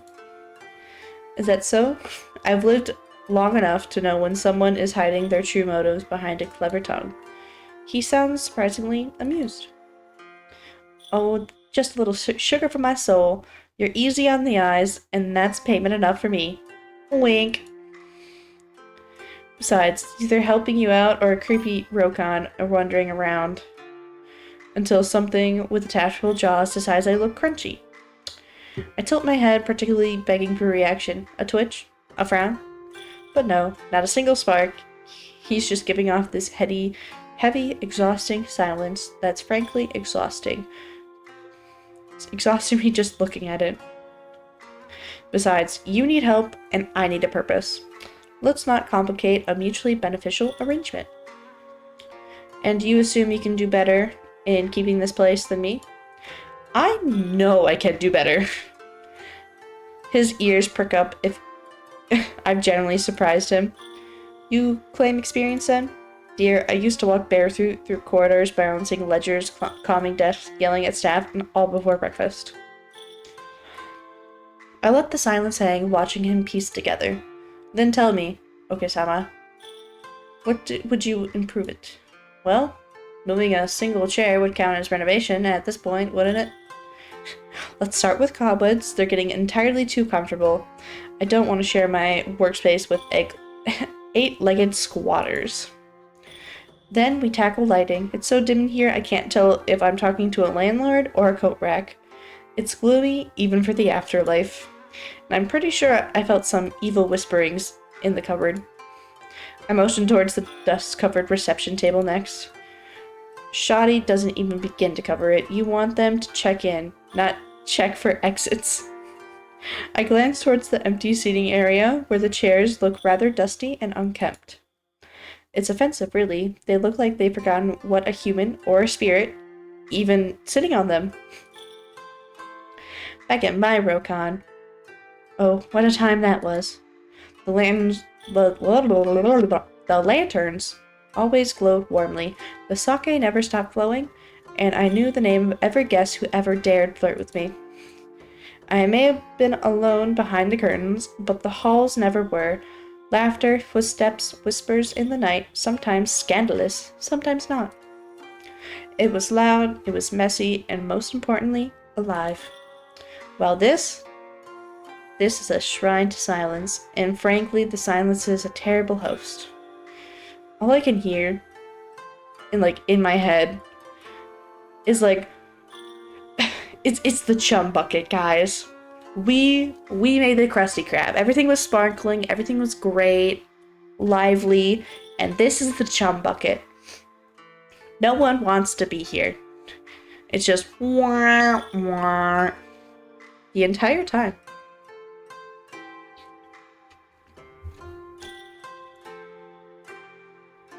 It's a disaster, dear. A total heartbreak of a building. And you believe you can fix this? Oh, I don't believe, I know. Arrogant. If you're as skilled as you claim. It's very big if for you, isn't it? Feel free to test me. I adore an audience. He studies me for a long moment, and I catch a precise moment where he finally realizes he's not winning this. Or anything else today. Fine, have it your way. But when you fail, don't say I didn't warn you. Careful, by next week you'll be thanking me. You will work here then. Naturally. And you'll follow all my rules. Define follow. The man just turns on his heels, expecting me to follow. This is gonna be entertaining. Well then, now that you've sort of accepted my offer, I suppose I should at least know who my boss is. Simone. Simone. We're gonna go Simone. And who are you supposed to be, Simone? I hope your resume is more impressive than your housekeeping. I'm one of the 4 mythical beasts. He answers with a casual indifference of someone commenting on the weather. I beg your pardon. The azure dragon, the vermilion bird, the white tiger, the black tortoise. I'm the white tiger. Wait, the white tiger? The one from the scrolls? The very same. Slowly, I let my gaze travel down, actually looking at him. This frail, wilted, doken radish of a man is the legendary Bayako? Let's go. Huh? Oh, he's just gonna simply stand there with like a little smirk on his face, isn't he? And how, pray tell, does one of the 4 mythical beasts end up like this? That's not important. It's the most interesting thing in this room. Why are you ruining this? Hiding this ruin like this? I'm not obligated to answer that. Fine. I'll let it go for now. Fine. Let's start over then.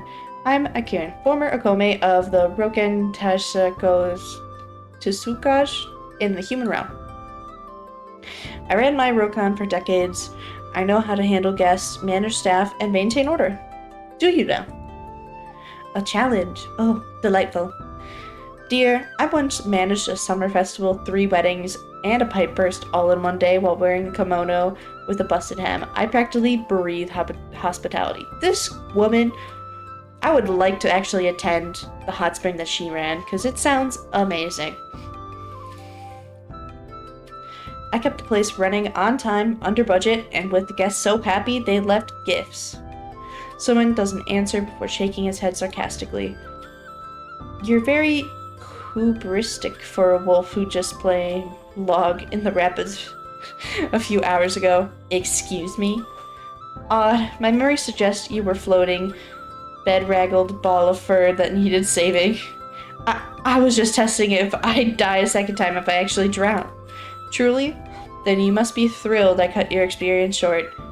You were looking quite finished. Fine, he won this round. Welcome then to your new home. In that case, boss, why don't you give me the grand tour? I assume you have at least identified which disasters need my attention first. They both so sassy, and that's what we love about it, Vodo. Perhaps. Is he like, do we only have like 1 love interest with this? No, I don't want that. Get out of here. Store page.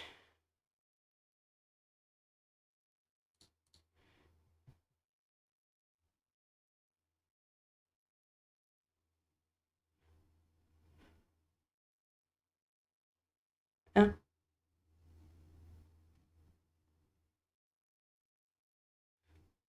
Ah. He's our only love interest. That's what I'm getting from the demo, at least. They might add more. Because I was thinking, when they mentioned the 4 beasts, that would be, like, the 4 love interests. But I guess it's just tiger. You only get tiger. Which isn't that bad. That's fine. High-quality entertainment watching the legendary beast playing I'm Fine, while he's actually exhausted. Just as I'm considering how long he'll keep up the act, I catch sight of my reflection in a dusty mirror. Right. I'm still wearing his robes. This scandalously slipping off one shoulder, draping around me, the way either one could be elegant or suggestive, depending on the lighting. My, and here I am, strolling through your home in nothing but your clothing. What would the spirits say? Simone stops mid-step, turns to me. You require proper clothing. Do I? I think I look... I think this look has a certain charm. A bit daring, quite refined, actually. Stay here. Such a commanding tone. He doesn't dignify me with a response. Rude! And disappears down the hall, leaving me alone. I take the opportunity to glance around. What is this place like before? When was it alive? And why does he seem so reluctant to talk about it?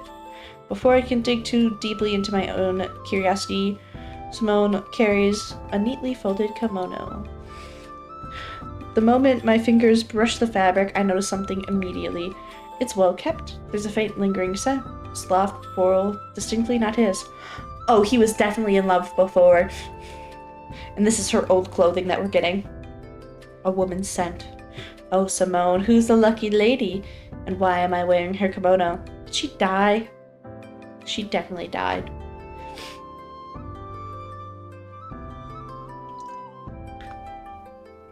And we'll ask about it. We're curious. Oh, boss! Whose kimono did you just give me? He recoils slightly if I just hit a nerve. It was the only one left available. Was it? Nothing but silence. Curious, the fabric is elegant and preserved with care. Not the kind of thing a man like him would keep out of convenience. Funny thing though, a forgotten garment wouldn't be this well kept. Are you gonna change, or do you prefer to stand here and test my patience? Oh, I love testing patience, but you already know that. Ha! Ha! Ha! That's not a disagreement. Well, whoever this kimono belonged to, they mattered. A lover, perhaps? Thank you. Now we're properly clothed. These hallways lead to the guest rooms. Oh, we even changed our hair, too. How many are there? More than enough, but they're unused. Don't worry, boss. I've got plenty of ideas to bring this place back to life. I'll bring life back to this place. I will reserve judgment. He strides ahead before I can retort. The scenery has changed, but the dance hasn't. Checking the latches, counting the shadows, keeping the worlds from falling apart. I spent decades doing exactly what he's doing now. He just looks as bone-tired as I felt the day everything ended. This is one of the guest rooms. Oh? He slides open the shoji door, opening a smooth motion, revealing a room inside. Oh. I hope no one died in this room. None? Yet? Then his voice is dry as the air in here. Seems like evil spirits are the only ones staying here. This needs to change. I swished my tail, stepping further inside. A little warmth, a little charm, and a lot of exorcism and scrubbing. And this place could be something special.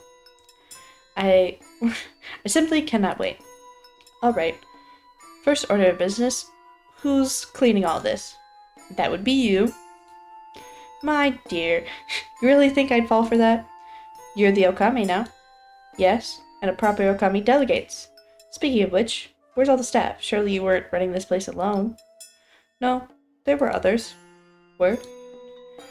A soldier spirit who cooked, a broom who never stopped sweeping, a lazy river dweller who barely did anything unless bribed.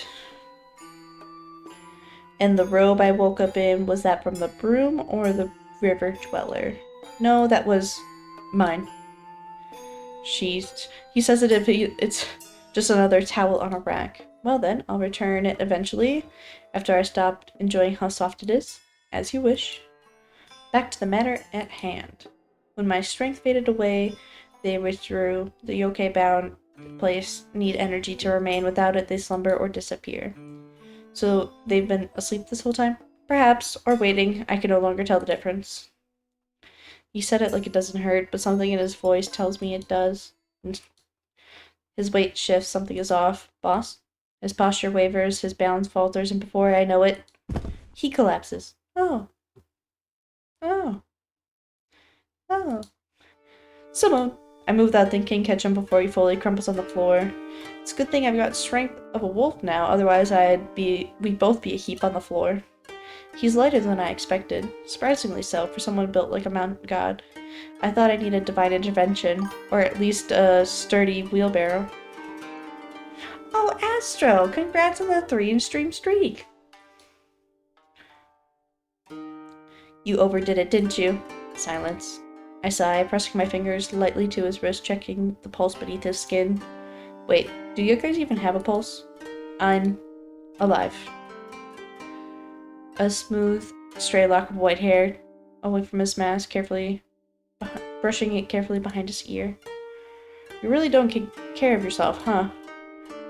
It looks like he might respond, but in the end he doesn't. Lucky for you, dear.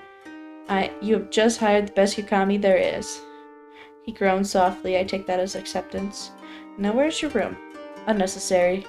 Ah, yes, I forgot he's one of those quite brooding types who wear their past like a second mask and dare you to ask what's underneath. Let me guess. You could think you can sleep anywhere, don't you? Yes. No, absolutely not. If I let you curl up in some drafty hallway and waste away in your sleep. A proper Rokan master must have a proper room.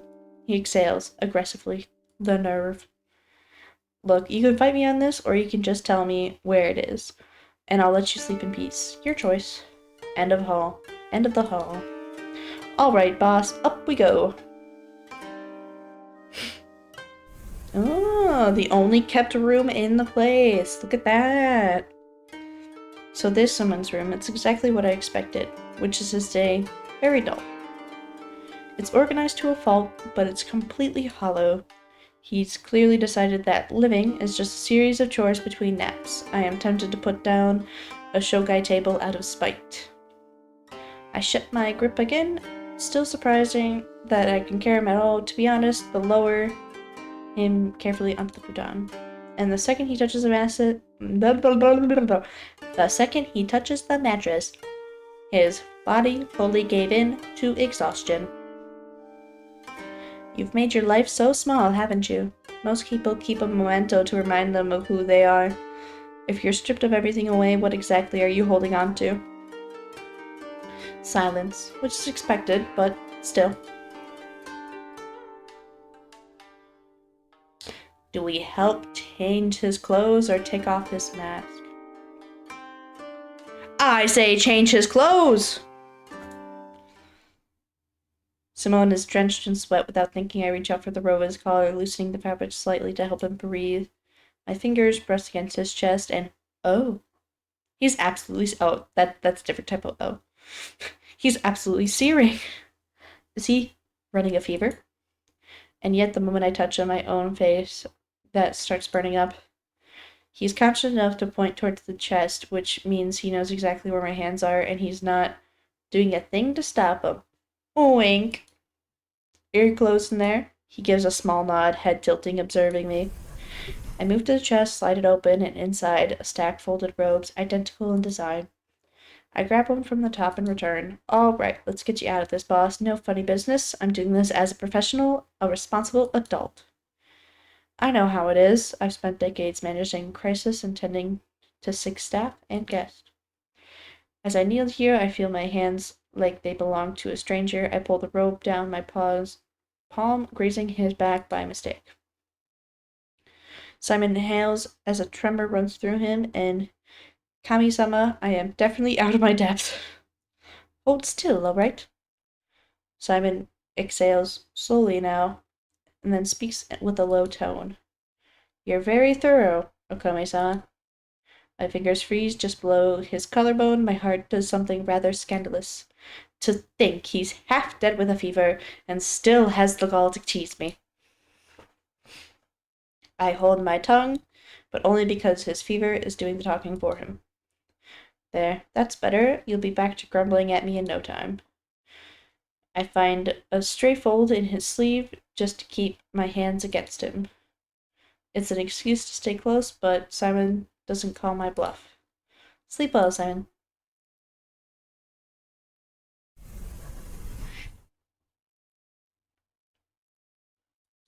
Now that settled, was he really planning to shoulder all this all alone, wasn't he? How long has he been carrying this weight? There's no staff to help this broken place, and this man's too stubborn to ask for help. I've always had a soft spot for beautiful things in need of repair, and you, White Tiger, are long overdue for someone to take care of you for once. I will drag this place back to life, and maybe you along with it. Alright, this place is a mess. Let's fix it.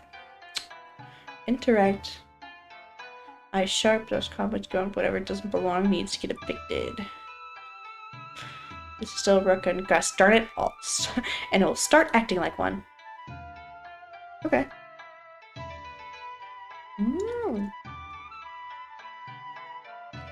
The more I clean, the lighter the air will feel. Okay. In every area, there's 3 objects that can give you information about Simon's past and the history of Brokan.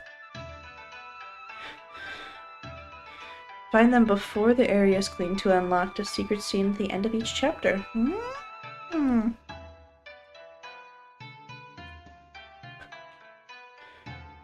Okay, Red Bridge. A charm tied in careful knots. I don't think it's a mere decoration. I wonder if someone's strength was way back then. Wait, no guest takes time to embroider a napkin just for him. Absolutely not. I refuse to be dragged underwater by those hands. What would be the 3rd object? This? Oh, an Ufada. Whoever the writer was, they prayed for Bako, not to Bako. I was watching me exactly after I want for Kutsky.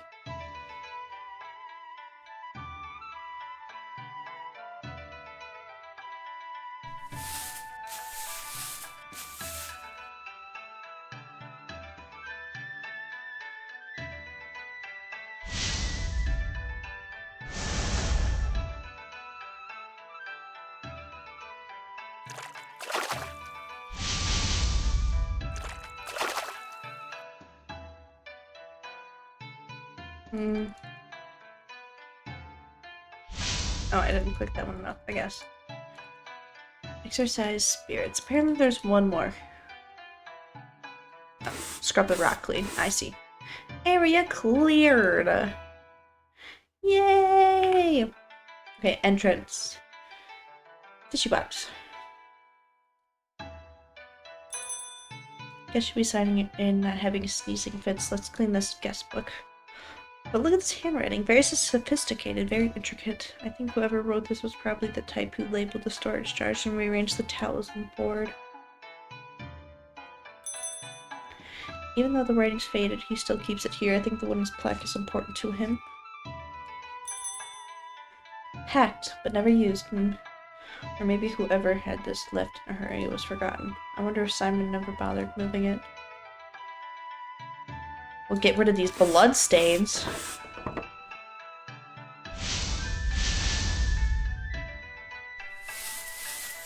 Get rid of these spider webs, get rid of this dirt. Close the door.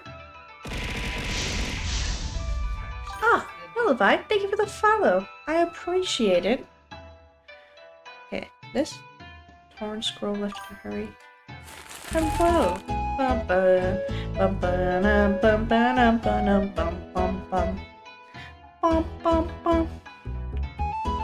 How's your day going? And then we have the guest room. This is definitely blood. You can't convince me this isn't blood. The charm looks handmade, crude type shape, but in love with every dent. It's going good. That's good. Just tiger. It's like the Bucky. He kept it either it's sentimental or really bad at spirit cleaning. There's a letter hidden behind here, folded so many times before. Work now and then home and then work on finals. Ah! Well, at least you're almost done with the day, I hope. Hold on. I must readjust in my chair. Okay. I read this as dear someone and immediately closed again. This feels too personal. I don't think it's my place to snoop around. Okay. Serene mind, like still water. I think this means a mind unraveled by events in the sense of life. What is the word we strive for? Okay. I'm not touching it with my bare hands, just make sure. Can we fix this chair? No? Ew.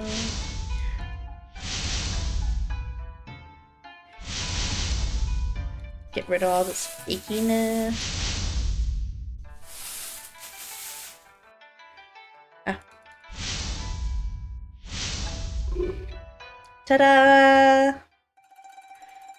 We brought life back into this place. I stepped back, surveilling my work with no small amount of satisfaction. The dust gone, cobwebs vanquished. The evil spirits are probably migrating somewhere else. I hear footsteps behind me. I turn just as Simone enters and... oh no. Why? Why is he handsome? You've mentioned it many times. Why does he look like that after barely a nap? His skin color again, his shoulders look broader, his jawline's more defined, and I bet I can slice mochi on it. Can I sleep for a little bit? Can sleeping for a little bit change his appearance so drastically? Is that even allowed? My gaze absolutely betrays me, and of course he notices. Because, you know, we now have a tail, and it's probably wagging. Nothing happened. I wasn't looking. Respectful looks only. I clear my throat so hard I might have dislodged my spine and immediately throw my hands forward towards the freshly cleaned lobby. Well, look who's up and walking. What do you think? Furry. Gooner. She just got reincarnated as a wolf. He is a white tiger. And I wouldn't say it's furry. It's like animal hybrids. It's not the full, full-blown thing. It's acceptable. It's amazing. Don't be rude. Oh, I'm sorry. Did I mishear? Because it sounded like you don't understood my miracle work. Everything's still standing. That's an improvement. This guy's so rude. Says the wolf. LOL. I gasp, hand to my chest like he just struck me with a mortal wound. Everything's still standing? After all I've done, this is the level of praise I get? Would you prefer a ceremony? A festival in your honor? A small compliment wouldn't hurt. I will see if the spirits can play instruments. Did he just joke back? Did my ears trick me? Admit it, you're impressed. Look at that smug look. Sigh. You did well. Wait. Say it again. No. Just one more time, please. I will cherish your compliment. I will say this. It's nice to walk through a place that doesn't resemble the evil spirit's final resting place. Aha! Victory! I fold my arms triumphantly. Well, I can't tell what his expression is under that mask, but I know that he approves. Perhaps it's time. Time? To reopen. Start gathering power again. Then let's do it! Yeah, why wouldn't we open before? I step forward, tilting my head, watching him closely. I'll make this Rokon shine again, boss. Just you watch. We'll see. No, we'll succeed. We like this mentality. He's gone, and for the first time in ages, the Rokon feels like it's alive again. Well, I've cleared the grime, but the real mess is about to arrive soon. Bum bum bum. What's happening? What's going on? This wasn't in the schedule. I said, let's have tea near a bridge and watch the river. Not, let's accidentally dig up your entire emotional history, boss. But here we are, right before the inn's about to open the doors again. Figured we could both use a moment to breathe before someone inevitably demands a refund since we're understaffed. So I set the cups down, steal glance at him, and say, tea? He replied, we're on a date, guys. He replied with a nod, and now he's sitting across from me as I pour tea. Tell me, boss. Exactly, no. Have you ever shared tea with someone as alluring as I am? I'd rather not answer. You'd get cocky. Oh, he thinks he's clever tonight. Careful. Say one more charming thing and I might start thinking it's a date. It's a date. It's merely tea. It's a date. He sips unbothered while I sip louder and very bothered. You're lucky I find this deadpan charm appealing. I used to sit like this with someone many years ago. He had lovely hands and terrible timing. Did he leave? said life at the Rokon wasn't romantic enough. That is so false. Shame. I looked very good in an apron. What about you? Surely white tigers have a romantic phrase? I have a question. Is it a date? It's gotta be a date. He doesn't want to admit it because he's like, you know, strong and brooding and has a mysterious past, but it's a date. It's gotta be a date. He sets his cup down, then pauses. Come on, boss. Give me something. Exactly, Nullify. There was someone. Now we're getting somewhere. Someone, That's all I get? You did not offer a name either. He's right. Yeah, I guess he has a point. Alright, fair, but mine didn't have to leave behind some fancy handmade gifts like calligraphy or a tiger figurine that you can find lying around. Seems like that one got a reaction. You've been snooping, it seems. I manage an inn, so I don't snoop, dear. I uncover. Wink. What was she like? She liked quiet places. Then she would have hated me. She would. But I wouldn't. Guys, he's flirting! My, dangerous choice of words. That was quite a bold statement, boss. Interpret it however you wish. But you deflected from my original question. Of course, I didn't mean to pry, boss. I'm above that. But I was just wondering if I should be jealous of a ghost with good taste. Jealousy would be pointless. So resisting me, and yet here we are. We finished our tea in silence. Well then, if that's enough honesty for one cup, agreed. Let him keep his secrets. For now. For now. It seems like the world travels faster than smoke in the afterlife. I'm finishing up my rounds when the sound of scuffling footstep hits the porch. My, is this the place with the new Okami? I feel the energy all the way down the road. Oh heavens, the first one has arrived so soon? I have a most charming welcome practice to perfection. As I open my mouth, the shadows behind them begin to multiply. Suddenly, there's 3, 6, a dozen set of glowing eyes walking behind them. Oh my gosh, that's a lot. Welcome. Oh my goodness, one of my time, if you please. Hold on. I must take a drink. Oh.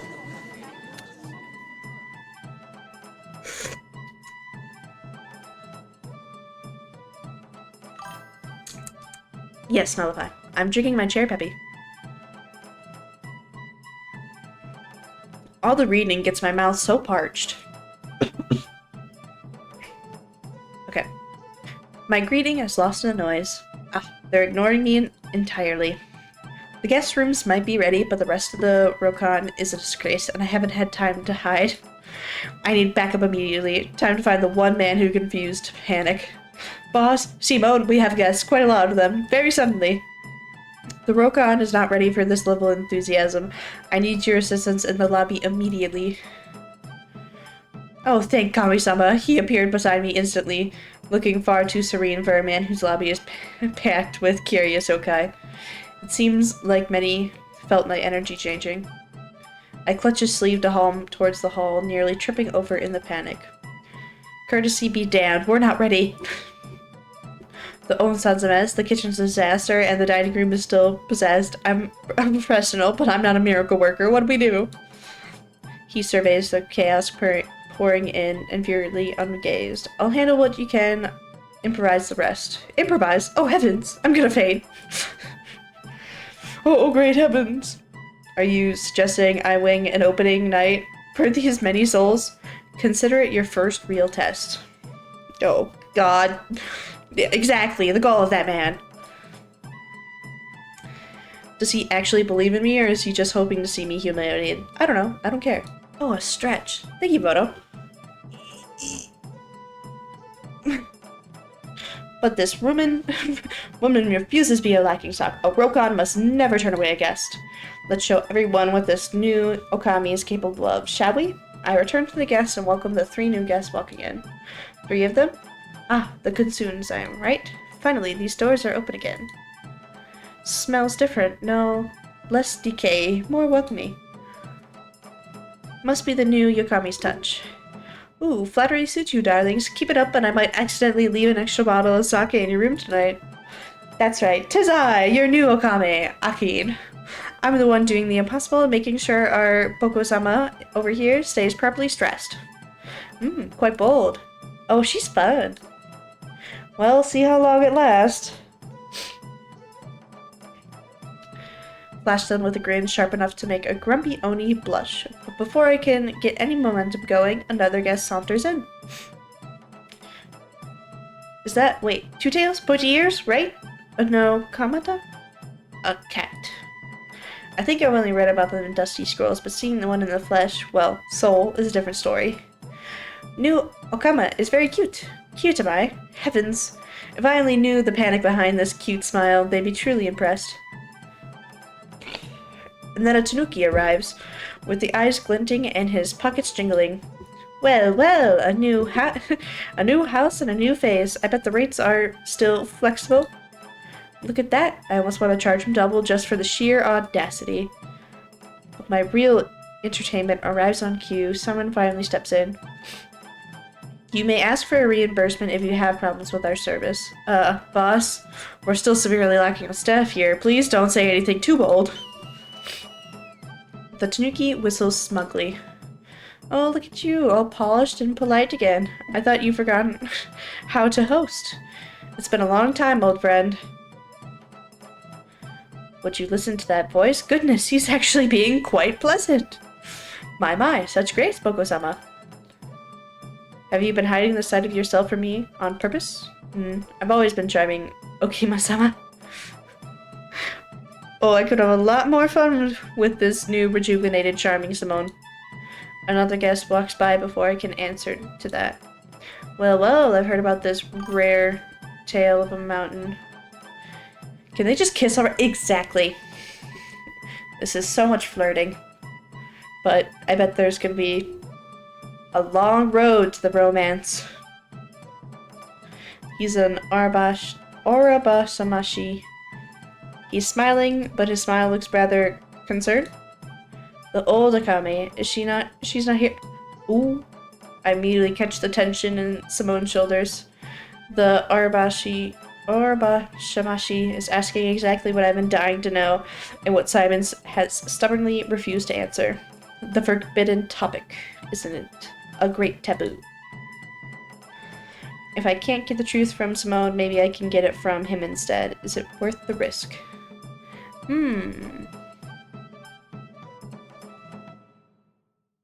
I am curious, but I know if we ask about it, it's gonna make him tense and he's not gonna like that. So I'm gonna divert the conversation, and then we're gonna do it again later. Well, let's not dwell on the people who moved on. This is a Rokon, and it's a high time we had a chance to cheer in here. Honestly, my predecessor left me quite a mess to scrub away. No matter, I've been the one to shy away from a little challenge. That's quite a burden for a new Okame, let alone such a young yokai. Oh, I like it heavy. Wink. I can't wink with this model. Winks with both eyes. And I'm incredibly thorough, so I promise everyone will leave with a smile on their face. Isn't that right, boss? Well, I wonder if Simone approves. And there it is, the tension has definitely drained out of him. Ha! See? I knew he'd like it. I knew it. Oh, a laugh, or was it a scoff? Regardless, I'm officially in control of the situation. Let's hope this keeps up.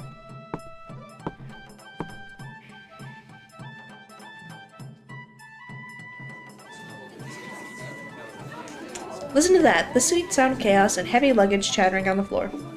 Laughter skipping through the corridors again, and frankly, it's about time. Well, almost, because these walls are still wearing a bit too much gloom for my taste. We must really do something about this as soon as we can. A lovely revival you have here, truly. It's such a character. Though I find myself wondering if you hired new staff. They look rather unwelcoming. Your eyes are as sharp as your taste, my lady. It is a work in progress, I assure you. I couldn't find a winking emote. It's okay.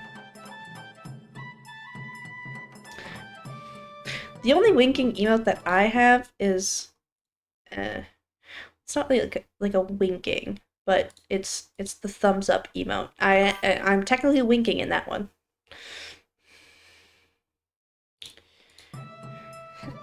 They'll get angry. That's so. It must be exhausting playing with the perfect hostess while you're so clearly undermined. Don't worry, little Kame. With a tongue as sharp as yours, I'm sure you'll find a way to fix everything eventually. She winks, then disappears into her room. I look at my boss, fishing for a compliment, waiting for any gesture of acknowledgement. We're not gonna get one from this guy. A nod, a sigh of relief, maybe even a smile if he's feeling particularly charitable. Or, heavens willing, even a chuckle. You're absolutely going, boss. I take it you're thrilled? Thrilled might be pushing it, but yes, this is acceptable. Pleased with the inn or the new view in front of you. Winks with both eyes. Oki-sama, you're reaching. Reaching? Dear, I don't need to reach. You already heard me. Then hold back a little. The guest can only handle so much of you. My. That was quite a dangerous ask. Very well, boss. We shall see.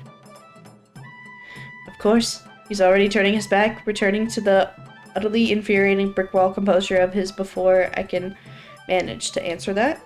Come, Oki-sama. You have a rokan to run. We have no time to play around.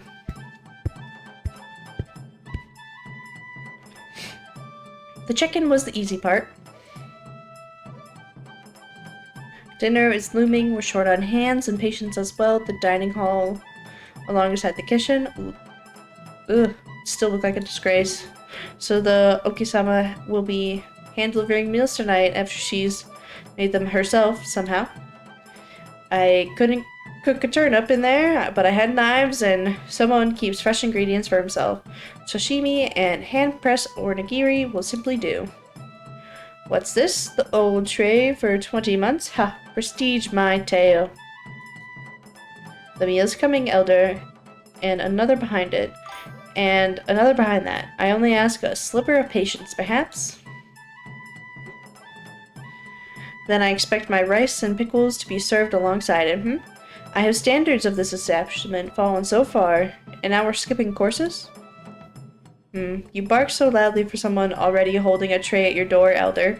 Why not savor what you've been given? Silence, Parasol. Esteemed guest, please. A professional establishment requires a certain level of decorum. If you're quite done, I have a kitchen to attend to. I glide away before they can reply with one tray in each hand, another balance on my tail. Well, hasn't this old guy learned a handy little trick? 1 door, 2 door, 3 doors, your dinner-honored guest. Flash a smile, drop a bow, and pivot. Back I go for more. Heavens, I'm making this look good. If I had this energy in my past life, I wouldn't have to sell my old background.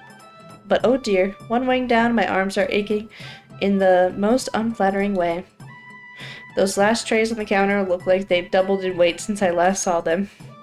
This is overwork speaking, or does the new yokai body come with a strength that drains quicker than expected? I reach for the next one and, oh! A hand appears beside mine, lifting a tray out of my grasp. Your pace is impressive, Oki-sama. Your balance is another matter. Excuse me? Teasing? From him? Oh, taking a good look at my form, are you? Winks with both eyes. If you're just going to stand there and enjoy the show, while I struggle with grace, you could at least do is offer a hand. Exactly. You have good emotes, Nullify. I found a winking emote! Yes! Look at you! I pivot way too fast, rush and grab another tray, and my foot catches on the edge of the mat. Please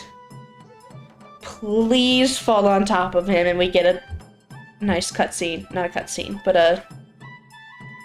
Oh dear, my grip falls some before. Talk about lack of grace. Yes! That's what I was talking about! Instead of the floor, I hit something warm, surprisingly solid. Careful, Oki-sama. He sets me back upright before picking up another full stack of dishes. Oh my, he's far too close for my composure. Someone moves. Oh.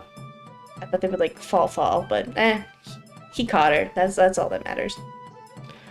His hand is enormous! Or our weight is just so tiny. One of the two. Or maybe a combo of both.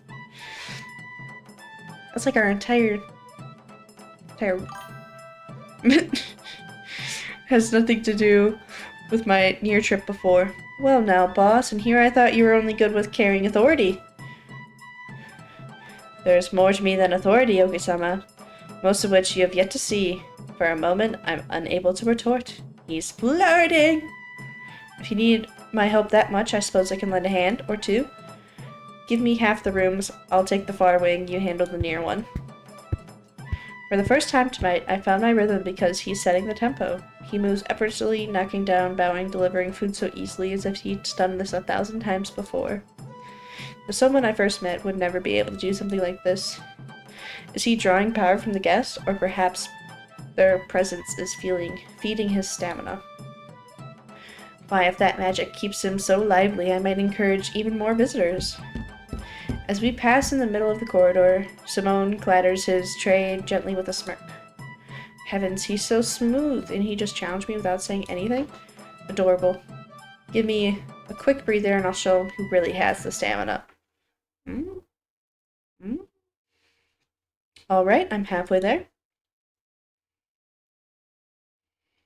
As I reach for the next tray, his hand finds mine instead. Ah! Is it just the rest of the shift, or did the air here just turn dangerously thin? My heart's racing. I feel like a teenage girl in my soul again. Will you take this tray, Oki-sama, or shall I enjoy the privilege? His fingers are still there, warm against mine. Privilege, he said. Does he have any idea how scandalous this would look if any other guests opened the door and saw this?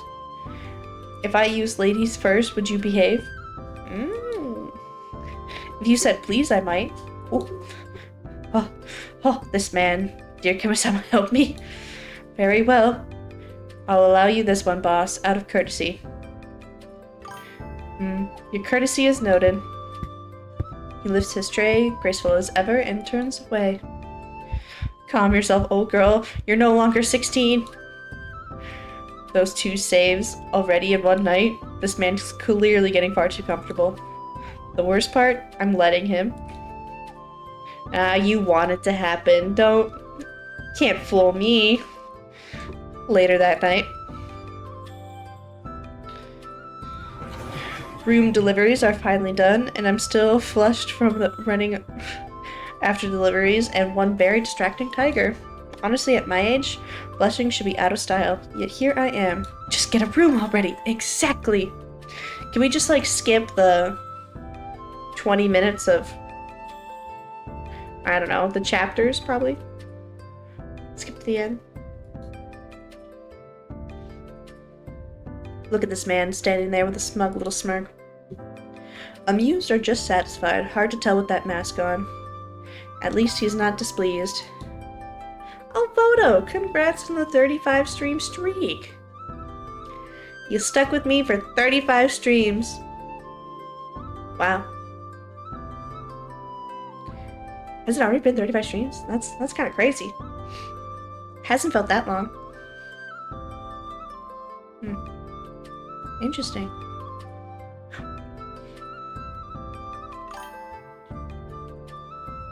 Okay, Moto. Okay, it's finished. Well, it seems your stamina has returned, along with the guests. Are you looking far too energetic today while I'm nearly on my last legs? I suppose I have to thank you for my renewed spirit. I will have to admit that you've proven yourself quite capable of waking things up I thought were long dormant. Like your feelings?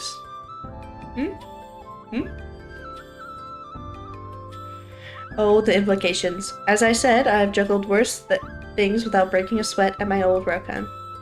Well, surely you have more interesting stories about running a ryokan. I might be interested in hearing more of them. You can retire and call it a night, or you can join me for some tea. We're joining for some tea. Oh yes, we're gonna... let's see how this pans out. My, you're bold to ask.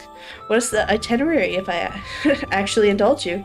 Nothing scandalous, Oke-sama. I intend to sit and listen to your story and perhaps enjoy an evening while I'm at it. Oh heavens, is he being earnest? That's much more lethal than his usual smirk.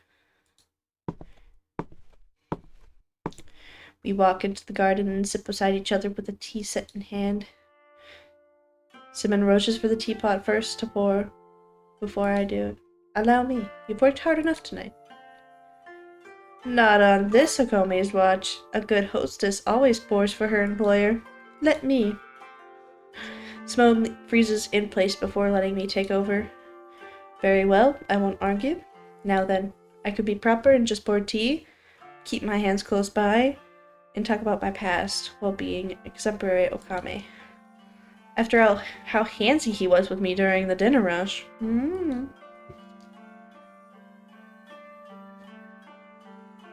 I could offer to work out those knots in his shoulders while talking instead, say a helpful gesture between peers, perhaps. Offer back rub. After I serve his tea, I give my fingers a snappy little stretch. It's high time I show this man what a professional grade back rub actually feels like. You know, boss, those shoulders look quite stiff. How about a back rub? I might be the only way to get you to actually unwind. He hesitates, stopping mid-step, and I can actually almost see the gears turning behind the mask of his. Generous offer, however, I think you've done quite enough for one night. I won't have your fatigue on my conscience. There it is. But is it a no, or just an infuriating polite shield of his? Does he think I'm just being helpful, or is he waiting to see if I have the gall to insist? Curious. Oh, hush, boss. You literally carried the weight of dinner service on your shoulders tonight. Would you let me repay the favor? He doesn't say a word. Well, heaven forbid he admits to wanting a back rub. But he merely shifts his position as if inviting me to come over. I wouldn't be a fool to take a chance. My hands immediately find his shoulders. Oh, yes. And oh goodness, if I press harder, I'll need a chisel. You can pretend to be unbothered so all you want, Simone, but these knots say otherwise. Boss, I swear these shoulders can stop rampaging Tengu. How long have you been holding this in? I was unaware it was so apparent. Apparent? I'm tempted to fetch an actual hammer for these knots. You could just relax and see if I can undo a few decades? Centuries of damage? I've lost count, truly. He lifts his cup, trying to look composed, though his shoulders often soften bit by bit under my hands. My hands are working their magic on his back when the air between us starts to thrum. Oh-ho, what do we have here? I came here to relax him, but it feels like the house, or maybe the man himself, is feeding me energy strong enough to release most pain. You know your way around a knot, I see. Dear, to become a good Okame, one must learn about managing stress. I can tell exactly where someone is hiding their exhaustion. Interesting. And where am I hiding mine? Right here. I press to the exact knot tucked between his shoulder blades, firm enough to make Simone tense. And here. I move my hand upward, following the line of tension until it reaches the curve of his neck, then very softly brush my fingers near his temple. I wonder if there's a stress line under that mask of his. I see. I've heard about how hard-working you are. You've told me a few times already. I wonder what would make you start working in a Rokon. He's actually curious. It's almost cute. Well, the Rokon I own belonged to my family for generations. I was practically raised under the front desk. It was my whole world. I see. Then our beginnings aren't so different. Oh, did you have parents? My beginning wasn't a birth. It wasn't as nearly as grounded as yours, but every time I return, I always wake up here. To me, existence is the energy that comes from my guest at sunrise. I didn't grow up in a Rokon, Akin. I am the Rokon. Oh. Don't you ever get the urge to step out of the gates? I have walked the paths, but not for long. The afterlife is vast, and territories beyond this one are claimed by others. So it's a cycle then. You're always meant to come back to these halls. Maybe, but but meaning isn't the same as choice. Say, back then, did you ever dream of being something else? Or the title of Okami was the only thing you ever wanted to be? I used to. I wanted everything the girls in the stories have: travel, grand mistakes, perhaps conquering the world. But I always knew where my journey would end. I accepted it early on. Was there anything else you regret not doing? No, nothing else. Definitely not dying alone. That definitely wasn't a regret. Oh no, boss, what are you thinking about? Oh, you're thinking again, are you? It's a bit unfair, really. You're doing all the heavy brooding behind the mask, but I can't even see that handsome furrow of your brow. Don't be greedy with all those troubles, Simone.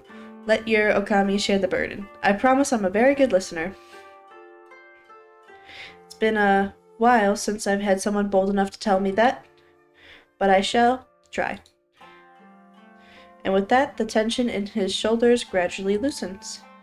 We didn't say anything much for the rest of the night, and I did manage to get him to unwind before the tea got cold. Both of us walk towards our rooms as our little tea time has finished. We're reaching the corner of the hall. My room is down one side, his the other. He stops abruptly, and I find myself turning towards him. Rest, Okami-sama. You've earned it. Look at you, such a perfect gentleman. Are you sure you're not feverish again? Simon pauses for a little bit before speaking again. It is good that you came to this, Rokan. There goes my heart, doing a clumsy little somersault. Boss, Rokan is only as steady as the Okama who leads it. You've proven you're exactly what this place needs. Goodness, you are a dangerous man when you decide to be sweet. Well then, I promise I'll prove myself even more tomorrow. You'd be surprised. I'll be waiting. Just like that, he's gone. He retreats into the shadows and leaves me here simply melt. I'm standing in the dark hallway with an obvious blush that would put the sunset to shame.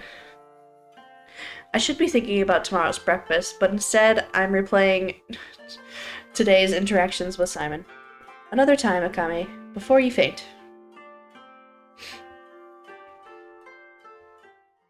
Oh. That's the end of the demo, guys. Sadly. When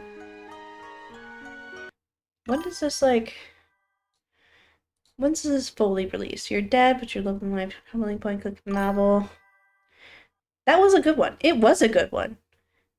There's no set release date. Exactly. Well, if you guys want to wish list it, I do have it on it's the pin message. It's the second one.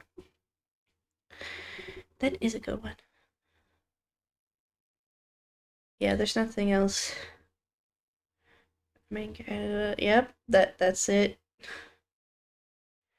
That's it for now. Sadly. But you can see like a preview of his face.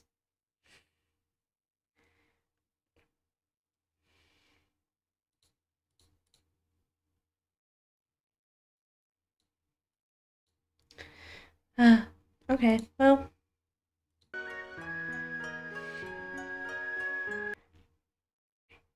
Darn. I'll end the stream here then, because I sadly do not have more to play. I would love to play that one more. That was good. I like that. It was a good stream. Yes, it was. Thank you for coming. Let's see who we can, who's out and about. Raid, who we can raid. Oh, I thank you for the head pads. I think I did see Glopey in here. Pretty sure. We haven't rated Glopey at all. Yeah, we'll rate Glopey. Thanks for streaming. Enjoy the rest of your day as all I keep it. Oh, wait, thank you, Voto. You too. I hope you have a fun time. What are they doing? Okay, they're playing Doomslayer, so it's gonna be it's gonna be a bit of a it's gonna be a bit of a vibe change, but you'll have a great time, I swear.